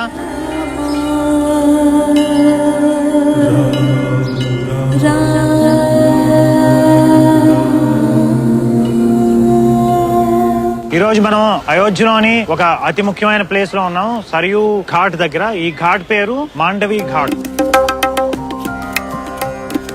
రాముడి యొక్క ఒక ముఖ్య గుణం ప్రియదర్శనుడు అనే గుణం గురించి తెలుసుకుందాము. ఇక్కడ ఏంటంటే ప్రతి వాళ్ళు మాండవి ఘాట్ దగ్గర వచ్చి సరియు నది జలాల్లో స్నానం చేయడం గానీ, కనీసం సరియు నది జలాల నుండి మొత్తం మనం నీటిని తీసుకొని జల్లుకోవడం గానీ చేస్తారు. చాలా చాలా పవిత్రమైన స్థలం. ఇప్పుడు మనం అయోధ్యలోని సరియు నయా ఘాట్ దగ్గర ఉన్నాం. ఇప్పుడు రాముడి యొక్క అతి ముఖ్యమైన సింపుల్ గుణం ప్రియదర్శనుడు అనే గుణంకి సంబంధించిన డెఫినేషన్ గురించి చెప్పుకుందాం. ప్రియదర్శనుడు అంటే ఏంటంటే అందరికీ ప్రియాన్ని సమకూర్చేవాడు, అంటే అందరి గురించి మంచిగా మాట్లాడేవాడు, అందరి గురించి మంచిగా ఆలోచించేవాడు, అందరితోనే మంచిగా ఉండేవాడు. దానివల్ల ఏంటంటే ప్రతి వాళ్ళు రాముడితో ఎల్లప్పుడూ ఉండాలని, రాముడు లేకపోయినా కూడా రామనామంతో ఎప్పుడు జపిస్తూ పరవశించిపోతూ ఉంటారు. ప్రియదర్శనుడిని ఇంకొక మాట కూడా అంటారు సౌందర్యవంతుడు. సౌందర్యవంతుడు అంటే అంత సౌందర్యము బాహ్య సౌందర్యం. ప్రియదర్శనుడు అన్న సౌందర్యవంతుడు అన్న ఒకటే. ఇప్పుడు మనం రాముడి యొక్క అతి ముఖ్య గుణం ప్రియదర్శనుడు అనే దాని గురించి చెప్పుకుందాం. ముందు చెప్పుకున్నట్టు రాముడు చాలా చాలా ప్రియదర్శనుడు. అది ఎప్పుడెప్పుడు ఎలా రామాయణంలో ప్రతిబింబించిందనే చూద్దాం. తనతో ఎవరైనా ఒక్కసారి మాట్లాడినా, కనీసం తనని ఒక్కసారి చూసినా కూడా జనాలందరూ పదే పదే రాముడిని తలుచుకుంటారు, పదే పదే రాముడిని ప్రేమించాలనుకుంటారు, రాముడిని అభిమానించాలనుకుంటారు, రాముడి చుట్టూ ఉందాం అనుకుంటారు. ఒక్క రాముడి యొక్క తల్లిదండ్రులు మాత్రమే కాదు, రాముడి గురువులు అంటే వశిష్ఠ మహర్షి, విశ్వామిత్ర మహర్షి, తర్వాత వనవాస సమయంలో అగస్త్య మహర్షి, అందరూ కూడా రాముడిని చూస్తే చాలు పరవశించిపోయి రాముడి పేరుతో రామనామం చెప్పిస్తూ ఉంటారు. దశరథ మహారాజు, కైకేయి మాత, కౌసల్య మాత, సుమిత్ర మాతలు పదే పదే రాముడి యొక్క ప్రియదర్శనము అంటే సౌందర్యానికి, మానసిక సౌందర్యము అంత సౌందర్యము రెండింటికి పరవశులు అయిపోయేవారు. సో రాముడు అంత ప్రియదర్శనుడు. ఎందుకంటే అంత బాగా మంచిగా మాట్లాడతాడు, అందరి గురించి మంచిగా ఆలోచిస్తాడు, అందరి గురించి మంచిగా చెప్తాడు, కనుక రాముడు ప్రియదర్శనుడు అంటారు. అదే విధంగా ఇంకా రాముడికి స్నేహితుల విషయంలో వశిష్ఠ మహర్షి యొక్క పుత్రుడు, అలాగే గుహుడు, తర్వాత ఏమో సుగ్రీవుడు, విభీషణుడు, హనుమంతుడు, వీళ్ళందరూ రాముడి యొక్క ప్రియదర్శనానికి పరవశించిపోతూ అదే విధంగా రామ రామ అనుకుని ఉంటారు. రాముడి యొక్క ప్రియదర్శనము అనేది చాలా చాలా గుణాల్లో అత్యంత ఇంపార్టెంట్ గుణము. అంతేకాదు ఈ ఒక్క గుణాన్ని ప్రతి మానవుడు ఆచరించాడంటే మనం కూడా రాముడిలా మారతాము, మనలోనే రాముడిని చూడగలం. ఈ ఒక్క గుణము అంటే మొత్తం ప్రపంచం అంతా చాలా శాంతి భద్రతలతో సుఖ సంతోషాలతో ఉంటుందా అనడానికి ఏమాత్రం అతిశయోక్తి కాదు. ప్రతివాడు ప్రియదర్శనము అనే దాన్ని అడాప్ట్ చేసుకోవడం కూడా చాలా చాలా మంచి విషయం. సో రాముడి యొక్క ప్రియదర్శనం అనేది త్రూ అవుట్ రామాయణం, రాముడు ఎక్కడ కనిపిస్తా అక్కడ ప్రియదర్శనము అనే ఈ గుణం అనేది ఎప్పుడు ప్రకటితం అవుతూనే ఉంటుంది. ఇప్పుడు మనం రాముడి యొక్క ఈ ప్రియదర్శనం అనే గుణాన్ని ప్రస్తుత జనరేషన్ లో అడాప్ట్ చేసుకుంటే మనకు కలిగే లాభాలు ఏంటనే చూద్దాం. ముందుగా చెప్తున్నట్టు ప్రియదర్శనము అంటే నథింగ్ బట్ మనం అందరితోని మంచిగా ఉండడం, మంచిగా మాట్లాడడం, మంచిగా ఆలోచిస్తే మనతో అందరూ కూడాను మన చుట్టూ ఉంటారు. మనం ఈ గుణాన్ని మనం అడాప్ట్ చేసుకుంటే మనకి నిత్య జీవితంలో ఫ్రెండ్స్ విషయంలో గానీ, మన ఫ్యామిలీ విషయంలో గానీ, లేకపోతే మన టీచర్స్ విషయంలో గానీ, లేకపోతే మన కొలీగ్స్ విషయంలో గానీ ఇది ఆచరిస్తే అందరితోని మంచిగా మాట్లాడడం, మంచిగా ఉండడం, అదే విధంగాను వాళ్ళ గురించి మంచిగా చెప్పడం. జనరల్ గా ఎదురు వాళ్ళ గురించి మంచిగా చెప్తూ ఉండి మంచి మాటలతో ఉంటే ప్రతి వాళ్ళు మన చుట్టూ ఉండాలనుకుంటారు, మనతో మాట్లాడాలనుకుంటారు. సో ఇదే విషయాన్ని మనం రాముడి యొక్క ఈ ప్రియదర్శనము అనే గుణం అడాప్ట్ చేసుకోవడం ద్వారా మనం సాధించవచ్చు. రాముడి యొక్క ఈ ప్రియదర్శనము అనే గుణాన్ని అడాప్ట్ చేసుకుంటే చాలా చాలా యూజ్. ఒక విషయంలో చెప్పాలంటే అందరి గురించి మంచిగా ఆలోచిద్దాం, అందరి గురించి మంచిగా చెప్దాం. ఈ ఒకటి ఉంటే మనం కూడా ప్రియదర్శనముగా మారచ్చు.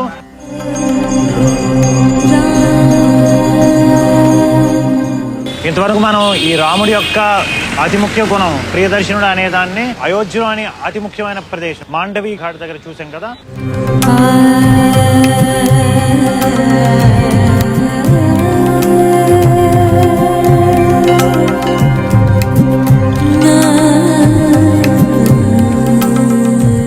ఇప్పుడు మనం అయోధ్యలోని అత్యంత రమణీయమైన ప్లేస్ లో ఉన్నాం. ఇది నయా ఘాట్, సరియు నయా ఘాట్. దీన్నే దీపోత్సవ ఘాట్ అని కూడా అంటారు. దీపావళి నాడు, అలాగే దేవ్ దీపావళి, కార్తీక పౌర్ణమి నాడు ఇక్కడ 10 లక్షల దీపాలతో అలంకరణ జరిగి ప్రపంచ రికార్డు సృష్టించింది ఆ ఘాట్ ఇదే. ఇక్కడ సరియు నది నుండి ఒక చిన్న ఛానల్ లాగా తవ్వి ఇక్కడ ఛానలైజ్ చేశారు. ఇక్కడే మొత్తం దీపాలంకరణ మొత్తం మీరు చూసుంటారు. దీన్నే దీపోత్సవ ఘాట్ అంటారు.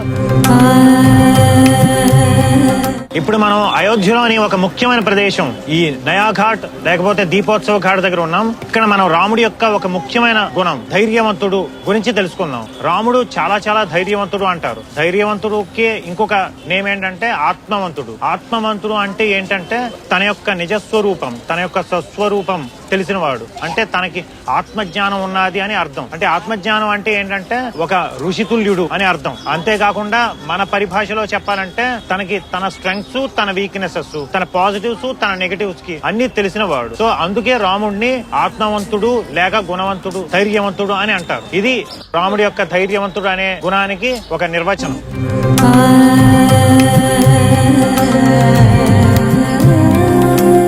ఇప్పుడు మనం రాముడి యొక్క ముఖ్య గుణం ధైర్యవంతుడు అనే దాన్ని ఎప్పుడు రామాయణంలో రాముడిలో ప్రకటితమైంది అనేది కొద్దిగా ఎగ్జాంపుల్ తో తెలుసుకుందాం. ముందే మనం చెప్పుకున్నట్టు ధైర్యము అనేది బాహ్యంలోనే కాదు, అంతరంలో కూడా. అంతరంలో అంటే ఆత్మజ్ఞానం ఉన్నవాడు, తన గురించిన మొత్తం విషయాలు తనకు తెలిసిన వాడు. సో అందుకే రాముడు ఎంత కష్టం వచ్చినా కూడా స్థితప్రజ్ఞతో ఉండేవాడు. ఏదో కష్టం వచ్చిందని కుంగిపోయేవాడు కాదు, సుఖం ఉంటే కుంగిపోయేవాడు కాదు. ఇది అనేది ఒక విధంగా ధైర్యానికి సూచన అని. రాముడు అంతఃకరణంలో కూడా ధైర్యవంతుడు, బాహ్యంలో కూడా ధైర్యవంతుడు. ఇంకా బాహ్యంలో ధైర్యం గురించి అంటే మనం అదే చెప్పుకున్నట్టుగా రాముడు ప్రపంచంలోనే అన్ని లోకాల్లోని అతి బలవంతుడైన రావణాసుడు, కుంభకర్ణుడు లాంటి రాక్షసులను సంహరించాడు. అనేక మంది, కోట్ల మంది రాక్షసులను సంహరించాడు. ఇదంతా తన యొక్క బాహ్యము సంబంధించిన ధైర్యానికి చిహ్నం. అదే విధంగా కబంధుడు, విరాధుడు లాంటి మహాశక్తివంతమైన రాక్షసుల్ని సంహరించాడు. అది రాముడి యొక్క బాహ్యంలో ధైర్యం. అంతేకాకుండా రాముడు 12 ఏళ్ల ప్రాయంలోనే తాటికి లాంటి మహాశక్తివంతుడైన రాక్షసుల్ని చంపి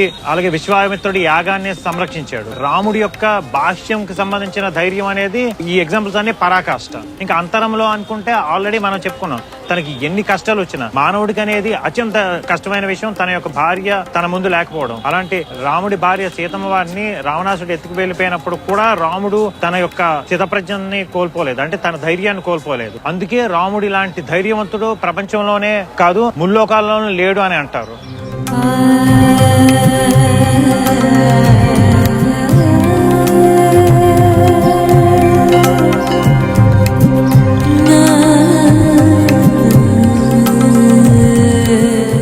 రాముడి యొక్క ఈ ధైర్యవంతుడు అనే గుణం ప్రజెంట్ సర్కమ్స్టాన్సెస్ లో ప్రజెంట్ జనరేషన్ కి ఎలా యూజ్ఫుల్ అవుతుంది అనేది ఒకసారి ఎగ్జాంపుల్స్ తో చూద్దాం. మనకి మన స్ట్రెంగ్త్ ఏంటో తెలియకుండా మనం ఎందులో అయినా రాణించలేము. అలాగే మన వీక్నెస్ ఏంటో తెలియకుండా కూడా రాణించలేము. మనం ప్రజెంట్ జనరేషన్ లో మనకి కొన్ని కోరికలు ఉండొచ్చు. ఇలాగా నేను డాక్టర్ అవ్వాలని, ఇంజనీర్ అవ్వాలని ఫర్ ఎగ్జాంపుల్. కానీ అది మన స్ట్రెంగ్త్ కాకపోవచ్చు. మన స్ట్రెంగ్త్ ఏంటంటే ఫర్ ఎగ్జాంపుల్ క్రియేటివిటీ అవ్వచ్చు. మన స్ట్రెంగ్త్ అనేది కరెక్ట్ గా మనం తెలుసుకోగలిగితే అందులోనే మనం పట్టుదలతో ముందుకు వెళ్తే అందులో మనం పీక్స్ లోకి చేరచ్చు. ప్యాలెస్. మనిషిగా పుట్టిన ప్రతి వాడికి ఒక టాలెంట్ ఉంటది. ఆ టాలెంట్ వాడికి మాత్రం ఉంటది, ఇంకోటి ఉండదు. ఆ టాలెంట్ ఏంటి అనేది మనం తెలుసుకోగలిగితే, అంటే మనం వాట్ ఆర్ వి అనేది అది తెలుసుకుంటే చాలు.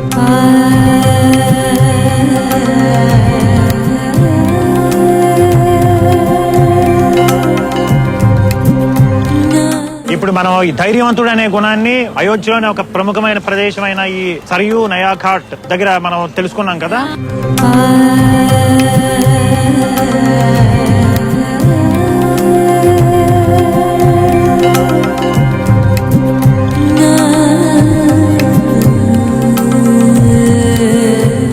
జై శ్రీరామ్. ఈ రోజు మనం అయోధ్యలోని అతి ముఖ్యమైన ప్రదేశంలో ఉన్నాము. ఈ ప్లేస్ పేరు లక్ష్మణ్ కిల్లా.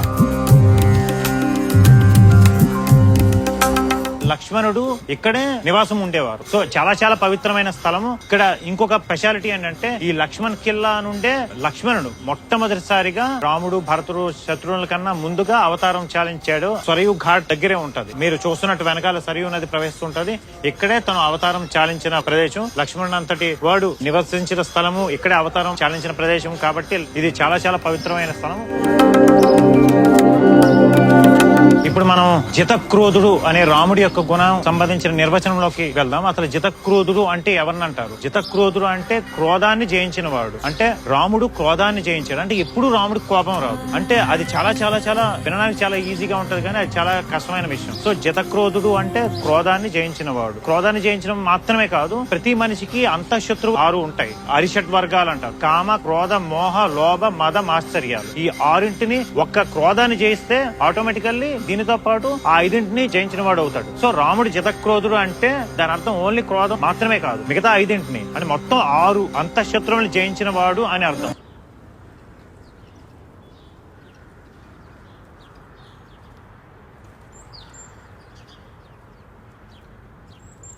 ఇప్పుడు మనం లక్ష్మణ్ కిల్లాలో ఒక అద్భుతమైన రాముడి యొక్క జితక్రోధుడు అనే గుణానికి సంబంధించిన డీటెయిల్స్ లోకి వెళ్దాము. ఈ జితక్రోధుడుగా రాముడు రామాయణంలో ఎప్పుడెప్పుడు ఈ జితక్రోధత్వాన్ని ఆచరించాడో చూద్దాం. ముందుగా చెప్పినట్టు జితక్రోధుడు అంటే రాముడికి క్రోధము అంటే కోపం ఎప్పుడూ రాదు. అంటే క్రోధము రాకపోవడం అంటే ముందు చెప్పుకున్నట్టు అంతఃశత్రువులైన కామ, క్రోధ, మోహ, లోభ, మదమాశ్చర్యాలు ఏవి కూడా లేనివాడు. రాముడు లాంటి మహాత్ముడు, రావణాసురుడు లాంటి వాడు తన యొక్క భార్యని అపహరించిన తర్వాత కూడా రాముడికి పర్సనల్లీ రావణాసురుడి మీద కోపం తెచ్చుకోవడం కానీ అలాంటిది ఏం చేయలేదు. రావణాసురుడు ధర్మం తప్పాడు అన్న ఒక్క కారణం వల్ల మాత్రమే తనని చంపాడు, కానీ తన మీద కోపంతో ఏం చంపలేదు. ఇది చాలా చాలా ఇంపార్టెంట్ గా మనం గుర్తుంచుకోవాల్సిన విషయం. అదే విధంగా వాలిని చంపాడు. వాలిని కూడా ధర్మం తప్పినందుకు చంపాడు. వాలి తన తమ్ముడి భార్య, సుగ్రీవుడి భార్య రుమని బలవంతంగా అపహరించాడు కాబట్టి తను చంపాడు. అంతేగాని తన మీద వ్యక్తిగత ద్వేషంతో గాని వ్యక్తిగత కోపంతో గాని రాముడు ఎప్పుడు అలా చేయలేదు. సో ఇవి రెండు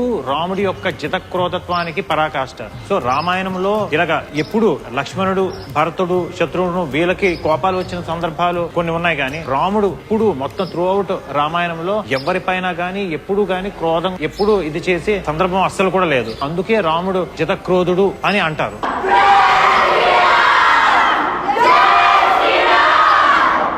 రాముడి యొక్క ఈ జితక్రోధుడు అనే గుణం ప్రస్తుత సమాజంలో మనం ఎలా అడాప్ట్ చేసుకోవాలి, అడాప్ట్ చేసుకోవడం వలన కలిగే యూజెస్ ఏంటనే చూద్దాం. ఇది ఆటోమేటికల్లీ జితక్రోధుడు అంటే మనం కోపాన్ని జయించిన వాడు, అంటే ఎప్పుడు కోపం తెచ్చుకోని వాడు అనేది. కాబట్టి మనకి ఎప్పుడు కోపం తెచ్చుకోకుండా ఉంటే అనేక లాభాలు ఉన్నాయి. అది మన పర్సనల్ లైఫ్ లో గానీ, ప్రొఫెషనల్ లైఫ్ లో గానీ మనమే ఒకసారి ఆలోచిద్దాం. మన ఫ్రెండ్స్ మీద గానీ, మన పేరెంట్స్ మీద గానీ, మన కొలీగ్స్ మీద గానీ ఎన్నోసార్లు మనం కోపం తెచ్చుకునే సందర్భాలు ప్రతిరోజు ఉంటుంటాయి. దానివల్ల ఏంటి, కోపం మనం ఎవరి మీద తెచ్చుకున్నాం అంటే ఆటోమేటికల్ ఎదురు వాళ్ళు హర్ట్ అవుతారు. సో ఆటోమేటికల్ మన రిలేషన్ అనేది దెబ్బతుంటుంది. సో కోపాన్ని కంట్రోల్ చేసుకుంటే ఆటోమేటికల్లీ మనతో స్నేహం చేయడానికి గానీ అనేక మంది ఉత్సాహం చూపుతారు. సో అందరూ కోపం గానీ మనం జయిస్తే, కోపం తెచ్చుకోకుండా ఉంటే ఆటోమేటికల్లీ సమాజం అంతా చాలా కామ్ గా శాంతిగా ఉంటది అనడంలో ఏ మాత్రం అతిశయోక్తి లేదు. సో మనం అందరం ఎప్పుడు కోపం తెచ్చుకోకుండా ఉండడానికి సాధ్యమైనంత వరకు ప్రయత్నించడం ద్వారా రాముడి యొక్క ఈ జితక్రోధుడు అనే గుణాన్ని మనం ఆచరించిన వాళ్ళం అవుతాము.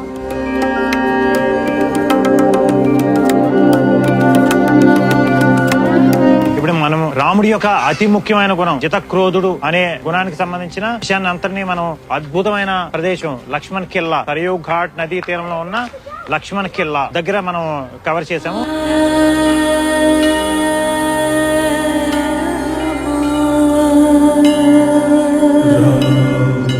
Ram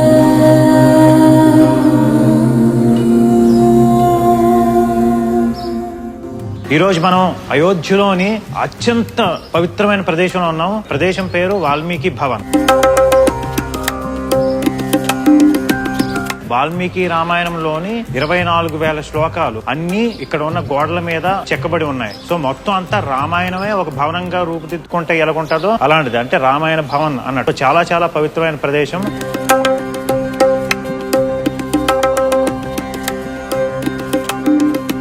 ఇప్పుడు మనం రాముడి యొక్క అద్భుతమైన గుణం తేజోవంతుడు అనే గుణం గురించి ఈ అద్భుతమైన వాల్మీకి రామాయణ భవన్ లో ఒకసారి తెలుసుకుందాం. ఆ గుణం నిర్వచనం ఏంటనేది. తేజోవంతుడు అంటే చాలా చాలా తేజస్సు ఉన్నవాడు అని. అంటే తేజస్సు అంటే ఏంటంటే ఇంగ్లీష్ లో ఓరా అంటారు. అంటే మనము ఈ రాముడి యొక్క ఇంతకు ముందు మనం తెలుసుకున్న అనేక గుణాలు, ఒక సత్యవాక్ పాలన, ధర్మజ్ఞుడు, కృతజ్ఞుడు, ఇలాంటి అనేకమైన మంచి గుణాలని మనం ఆచరిస్తుంటే ఆటోమేటికల్లీ మనలో ఒక తేజస్సు బయటకు వస్తుంది. అప్పటి నుండి మనల్ని కూడా తేజోవంతుడు అని అనిపించుకోగలం. రాముడు ఏంటంటే అద్భుతమైన సదాచార సంయుక్తుడు, ప్రకాశవంతుడు, సౌందర్యవంతుడు, ధర్మజ్ఞుడు, కృతజ్ఞుడు, ఇన్ని గుణాల సముదాయంతో ఉన్నాడు. కాబట్టి ఆ గుణాలని సదా ఆచరించేవాడు. కాబట్టి ఆటోమేటికల్లీ తనకంటూ ఒక తేజస్సు అనేది ముఖంలోని శరీరంలోని కనబడుతుంటది. బాహ్యంలోని తేజం మాత్రమే కాదు, అంతరంలో కూడా రాముడు అంతే తేజోవంతుడు.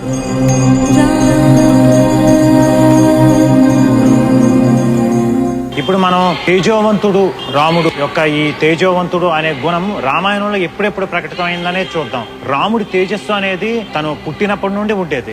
దానికి బెస్ట్ ఎగ్జాంపుల్ ఏంటంటే రాముడిని చూసిన వెంటనే అందరూ పరవశించిపోయేవారు ఆ తేజస్సును చూసి. చిన్నప్పటి నుండే మంచి గుణాలను అలవర్చుకోవడం వలన రాముడికి ఏంటంటే ఈ తేజోవంతుడుగా చిన్నప్పటి నుండి ఉంటూనే ఉన్నాడు. ప్రతి క్షణంలోనే తను తేజోవంతుడుగానే కనబడుతున్నాడు. దశరథుడు అయితే తన యొక్క తేజస్సును చూసి మురిసిపోయేవాడు. అనేక సార్లు కూడా అన్నాడు. అంతేకాదు వశిష్ఠ మహర్షి తన శిష్యుడు ఆయన రాముడి గురించి అనేక మందికి తన తేజస్సు గురించి చెప్పిన సందర్భాలు చాలా ఉన్నాయి. అంతేకాకుండా ఒక రాక్షస స్త్రీ అయిన శూర్పణఖ కూడా రాముడి యొక్క తేజస్సును చూసి తనని మోహించింది. రాముడి యొక్క పరమ శత్రువైన రావణాసురుడు కూడా రాముడి యొక్క తేజస్సును చూసి ఆశ్చర్యం పొందాడు అనేది వాల్మీకి మహర్షి మనకి వాల్మీకి రామాయణంలో చెప్పగా మనం విన్నాం. అంతేకాదు రాముడి యొక్క తేజస్సు విశ్వామిత్ర మహర్షితో పాటు మిథిలా నగరానికి వెళ్ళినప్పుడు మిథిలా నగర వాసులు కూడా రాముడి యొక్క తేజస్సును గురించి అనేకంగా మాట్లాడుకున్నారు అనేది వాల్మీకి మహర్షి మనకి చెప్పారు. రాముడి యొక్క తేజస్సు ఒక దేవతలు కూడా అందనంత ఎత్తులో ఉండేది అనేది మనకి అన్డౌటెడ్లీ మనం చెప్పుకోవచ్చు. అంతేకాకుండా రాముడి యొక్క తేజస్సును చూసి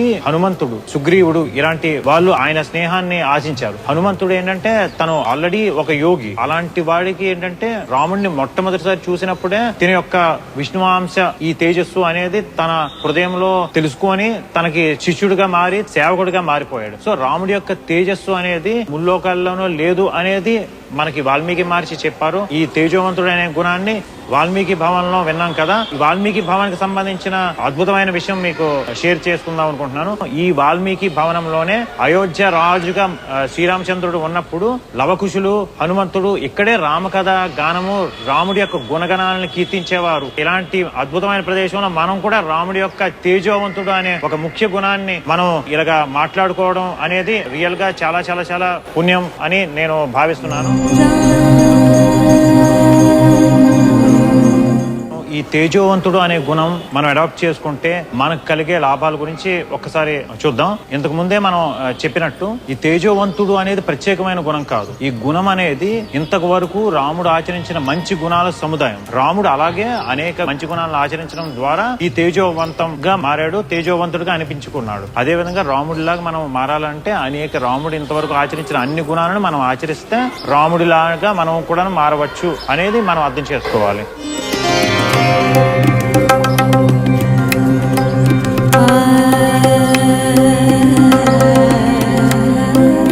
తేజోవంతుడు అనే గుణాన్ని అయోధ్యలోని పరమ పవిత్రమైన ప్రదేశం వాల్మీకి భవన్ లో మనం తెలుసుకున్నాం కదా.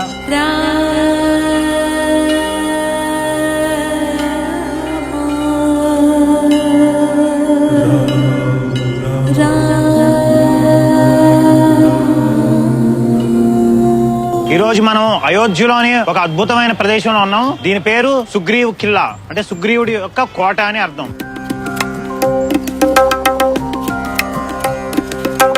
ఇది ఒక సింబల్ ఆఫ్ ఫ్రెండ్షిప్. ఎందుకంటే అయోధ్య మహారాజుగా శ్రీరామచంద్రుడు పట్టాభిషేక సమయంలో తన ఫ్రెండ్స్ అందరిని పిలుస్తారు కదా, మొత్తం సుగ్రీవుడు, విభీషణుడు, వీళ్ళందరికీ. అప్పుడు తను సుగ్రీవుడికి ఈ కోటనిచ్చి ఇక్కడ ఉండమంటారు. అందువలన ఇది సుగ్రీవుడి కోట కింద ఇక్కడ ఒక మందిరం కట్టారు, అద్భుతమైన మందిరం. వెనక సైడ్ నుండి మీకు ఒక పెద్ద కోట, ఎర్ర కోటలా కనబడుతుంది కదా, అదే హనుమాన్ గడి. హనుమంతుడు అయోధ్యకు వచ్చినప్పుడు అక్కడ ఉన్నారు, ఇక్కడేమో సుగ్రీవుడు ఉన్నాడు. సో ఇవి రెండు అసలు ఫ్రెండ్షిప్ కి సింబల్ కింద మనం భారతదేశం వాళ్ళు అందరూ డెఫినెట్ గా గుర్తుంచుకోవాల్సిన అద్భుతమైన ప్రదేశం. రాముడు అనసూయకుడు అంటారు. అంటే రాముడికి అసూయ అనేది ఎవరి పట్ల ఎప్పుడూ రాలేదు. త్రూ అవుట్ హిజ్ లైఫ్ తను ఎవరిని చూసి కూడా అసూయ పడలేదు. జనరల్ గా ఈ ఒక్క గుణం ఉంటే మనం చాలా చాలా హ్యాపీగా బతకొచ్చు. సో రాముడు అప్పట్లోనే తనకన్నా గొప్ప వాళ్ళని చూసి గాని, తనతో సమానమైన వాళ్ళని చూసి గాని, తనకన్నా డబ్బులు ఎక్కువ ఉన్నాయనో లేకపోతే తనకన్నా టాలెంట్ ఎక్కువ ఉందనో ఎవరిని చూసి కూడా ఎప్పుడూ అసూయ పడలేదు. కనుక రాముడు ప్రపంచంలోనే ఉన్న అందరిలో కల్లా గొప్ప అనసూయకుడు అని అంటారు. అసూయ లేని వాళ్ళల్లో తను అత్యంత ప్రథముడు.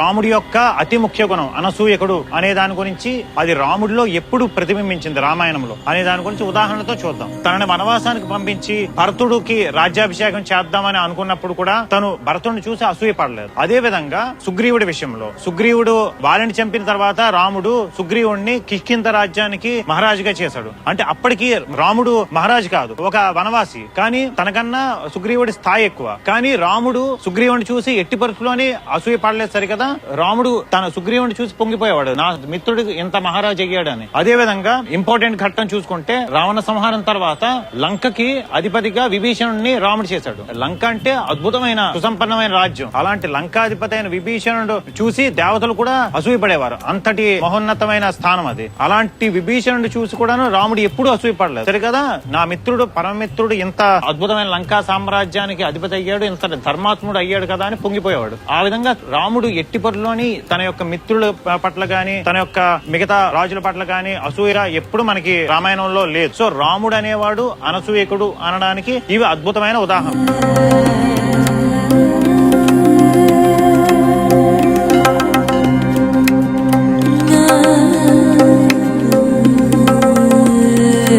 ఇక్కడ రాముడి యొక్క అతి ముఖ్యమైన గుణం అనసూయకుడు అనే గుణాన్ని ప్రస్తుత పరిస్థితుల్లో ప్రజెంట్ జనరేషన్ అడాప్ట్ చేసుకుంటే యూజ్ ఏంటి అనేది ఒకసారి చూద్దాం. మన ఫ్రెండే ఏదైనా సక్సెస్ వచ్చిందంటే వాళ్ళు ఓర్వలేనితనము, అసూయతో ఉండడము అనేది అయిపోతుంది. వాళ్ళకి లేకుండా మన స్నేహితుడు ఎదుగుతున్నదంటే చూసి సంతోషించగలిగే హృదయం ఉంటే మన మానసికంగా మనకి మంచిది. అదే విధంగాను ఎదురు వాళ్ళకి కూడా చాలా మంచిది. మనకి తెలియని వాడైనా ఒక గొప్పవాడు ఉన్నాడంటే వాడిని చూసి ఏడవడం, అయ్యో మనకి లేదు వాడుకుంది అని అనుకోవడం అనేది డెఫినెట్లీ మంచి విషయం కాదు. రాముడిలో ఈ అనసూయకుడు, అసూయ లేనితనాన్ని మనం అడాప్ట్ చేసుకోవడం వలన మనకి పర్సనల్లీ మన మనస్సు చాలా శాంతిగా పాజిటివ్ వైబ్రేషన్స్ తో ఉంటాయి. వీలుంటే ఎదురోడి యొక్క గొప్పతనాన్ని మనం మనస్ఫూర్తిగా అంగీకరించగలగాలి, ఎప్రిషియేట్ చేయగలగాలి. ఆ విధంగా వెళ్ళగలిగితే మనం కూడా ఆ స్థాయికి వెళ్ళగలం. ఎప్పటికైనా ఒకటికి మనతో పాటు పనిచేసే వాడికి ఒక సక్సెస్ వచ్చింది, లేకపోతే ఇంటర్వ్యూలో సెలెక్ట్ అయ్యాడు, లేకపోతే ప్రమోషన్ వచ్చింది, లేకపోతే స్టూడెంట్స్ అయితే ఒకటికి యుఎస్ వీసా వచ్చింది మనకి రాలేదు, ఇలాంటి చిన్న చిన్న విషయంలోనే ఒక అసూయ, అయ్యో వాడికి వచ్చింది మనకి లేదు అనేది ఎక్కువ అవడం వలన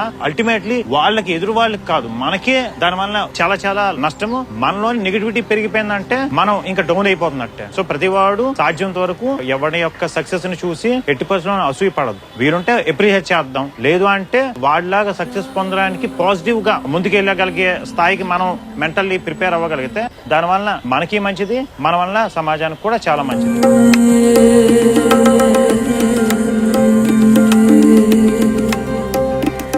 రాముడి యొక్క పరమ పవిత్రమైన అనసూయకుడు అనే గుణానికి సంబంధించిన డీటెయిల్స్ అన్ని తెలుసుకున్నాం.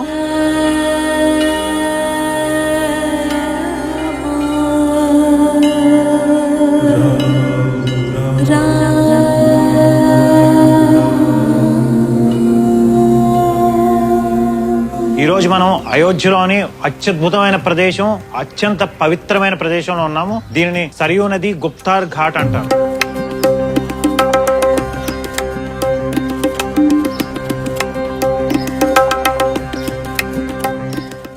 ఇక్కడే శ్రీరామచంద్రుడు అవతారాన్ని పరిసమాప్తి గావించాడు. శ్రీరామచంద్రుడితో పాటు తన సోదరులు, మొత్తం అయోధ్య ప్రజలు, తన మిత్రులు అందరూ కూడా తనతో పాటుగా సరియూ నదిలో నడుచుకుంటూ వెళ్ళిపోయి అంతర్ధానం అయ్యి అవతారాన్ని చాలించారు. సో అంత పవిత్రమైన ప్రదేశం. ఈ ప్రదేశంలోనే 500 సంవత్సరాలకు పైగా, ఆల్మోస్ట్ 550 years బిఫోర్, అయోధ్య మహారాజులు సరియూ ఘాట్ దగ్గర ఒక మందిరం లాంటి కోటను నిర్మించారు. ఇక్కడే సీతారామచంద్రుల్ని ప్రతిష్ఠించి నిత్య పూజలతో చాలా అద్భుతంగా జరుగుతుంటది. ఇక్కడే సరియూ హారతి కూడా నిత్యంగా జరుగుతూ ఉంటది.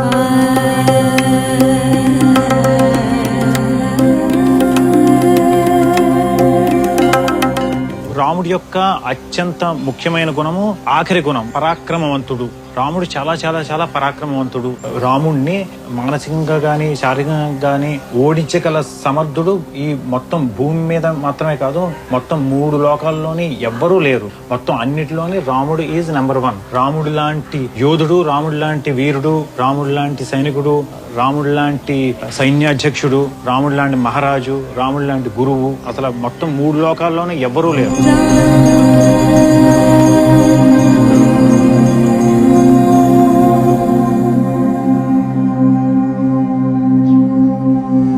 రాముడి యొక్క ఈ ఆఖరి గుణం పరాక్రమవంతుడు అనేది రాముడిలో, ఈ రామాయణంలో ఎప్పుడెప్పుడు ప్రకటితమైందో ఒకసారి ఉదాహరణలతో చూద్దాం. తన యొక్క ప్రతి అడుగులోనూ తను పరాక్రమవంతుడుగానే విరాజిల్లాడు. మొట్టమొదటిసారిగా 12 ఏళ్ల వయసులోనే విశ్వామిత్రుడితో వెంట సిద్ధాశ్రమంకి వెళ్ళినప్పుడు యాగశాల నిర్వహణార్థం మారీచ సుబాహుల్ని నిర్జించాడు. వాటితో పాటు 1000 మంది రాక్షసుల్ని తను ఒక్క బాణంతో చంపగలిగిన అంత పరాక్రమం అప్పుడు చూపించాడు 12 ఏళ్ల వయసులోనే. తాటికి లాంటి మహాశక్తివంతురాలు తను అప్పటికే కొన్ని కోట్ల మందిని చంపిన రాక్షసిని ఒకే ఒక బాణంతో కొట్టి చంపాడు. దేవతలని మొత్తం 3 లోకాలని గడగడలాడించి ఓడించిన రావణాసురుణ్ణి రాముడు చంపాడు. చంపడం అనేది కాదు, ఇంద్రజిత్తు, రావణాసురుడి కొడుకు ఇంద్రజిత్తు మొత్తం దేవరాజైన ఇంద్రుడినే తను బంధించిన వాడిని జస్ట్ రాముడు కూడా కాదు, లక్ష్మణుడి ద్వారానే చంపించగలిగాడు. అంటే లక్ష్మణుడే అంతటి పరాక్రమవంతుడు. ఇంకా రాముడు ఎంతటి పరాక్రమవంతుడు ఆలోచించాడు. రాముడిని మించిన పరాక్రమవంతుడు ఈ విశ్వంలోనే ఇంకెవడూ లేడు.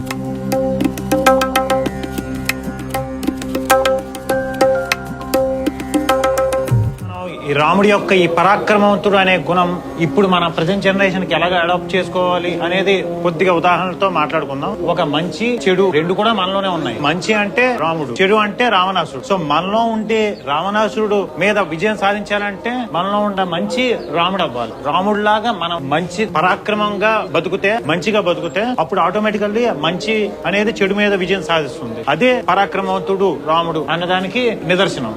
రాముడిలాగా అవ్వాలి అంటే మనలో మంచి అనేది చెడు మీద ఆల్వేస్ ప్రతి క్షణం విజయం సాధిస్తూ ఉండాలి. ఈ పరాక్రమవంతుడు అనే గుణాన్ని మనం నిత్య జీవితంలో ఫాలో అవుతూ ప్రతి క్షణం ఒక రాముడిలా మంచిగా బతుకుతే ఆటోమేటికల్లీ మనలో ఉండే చెడు రావణాసురుడిగా అనేవాడు చచ్చిపోతాడు.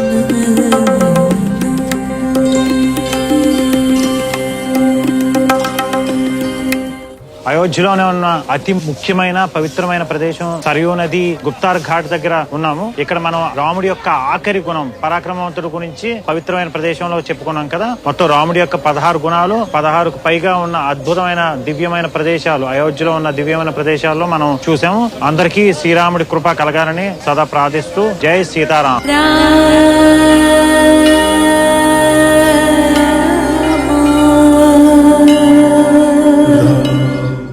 ఈ మొత్తం భూప్రపంచంలో రాముడు లాంటి మహారాజు, రాముడు లాంటి సేవకుడు, రాముడు లాంటి గురువు, రాముడు లాంటి శిష్యుడు, రాముడు లాంటి భర్త, రాముడు లాంటి సోదరుడు, రాముడు లాంటి పుత్రుడు, రాముడు లాంటి మిత్రుడు, రాముడిని మించిన వాళ్ళు ఎవరూ లేరు అని దీని అర్థం. అయోధ్యలోని ఈ రామ మందిర నిర్మాణానికి సంబంధించిన చరిత్రను ఒక్కసారి చూద్దాం. మొత్తం ప్రపంచ చరిత్రలో ఒక పర్టికులర్ ప్లేస్ గురించి 550 సంవత్సరాల పాటు 77 యుద్ధాలు జరిగి 4.5 లక్షల మంది రామభక్తులు త్యాగ ఫలితంగా వాళ్ళ ప్రాణాలు అర్పించిన ఫలితంగా ఇప్పుడు రామ మందిర నిర్మాణం జరుగుతున్నది. 4.5 లక్షల మంది ఈ రామభక్తులు, అనేక మంది సాధువులు, సంతులు, మహారాజులు, అంతేకాకుండా అనేక మంది రామ సేవకులు వాళ్ళ యొక్క ప్రాణాలను అర్పిస్తే మనకి ఈ రామ మందిరం వచ్చింది. వాళ్ళందరికీ మన అందరి తరపున హృదయపూర్వకమైన నివాళులు అర్పిస్తూ వాళ్ళ యొక్క త్యాగ ఫలితానికి జై శ్రీరామ్.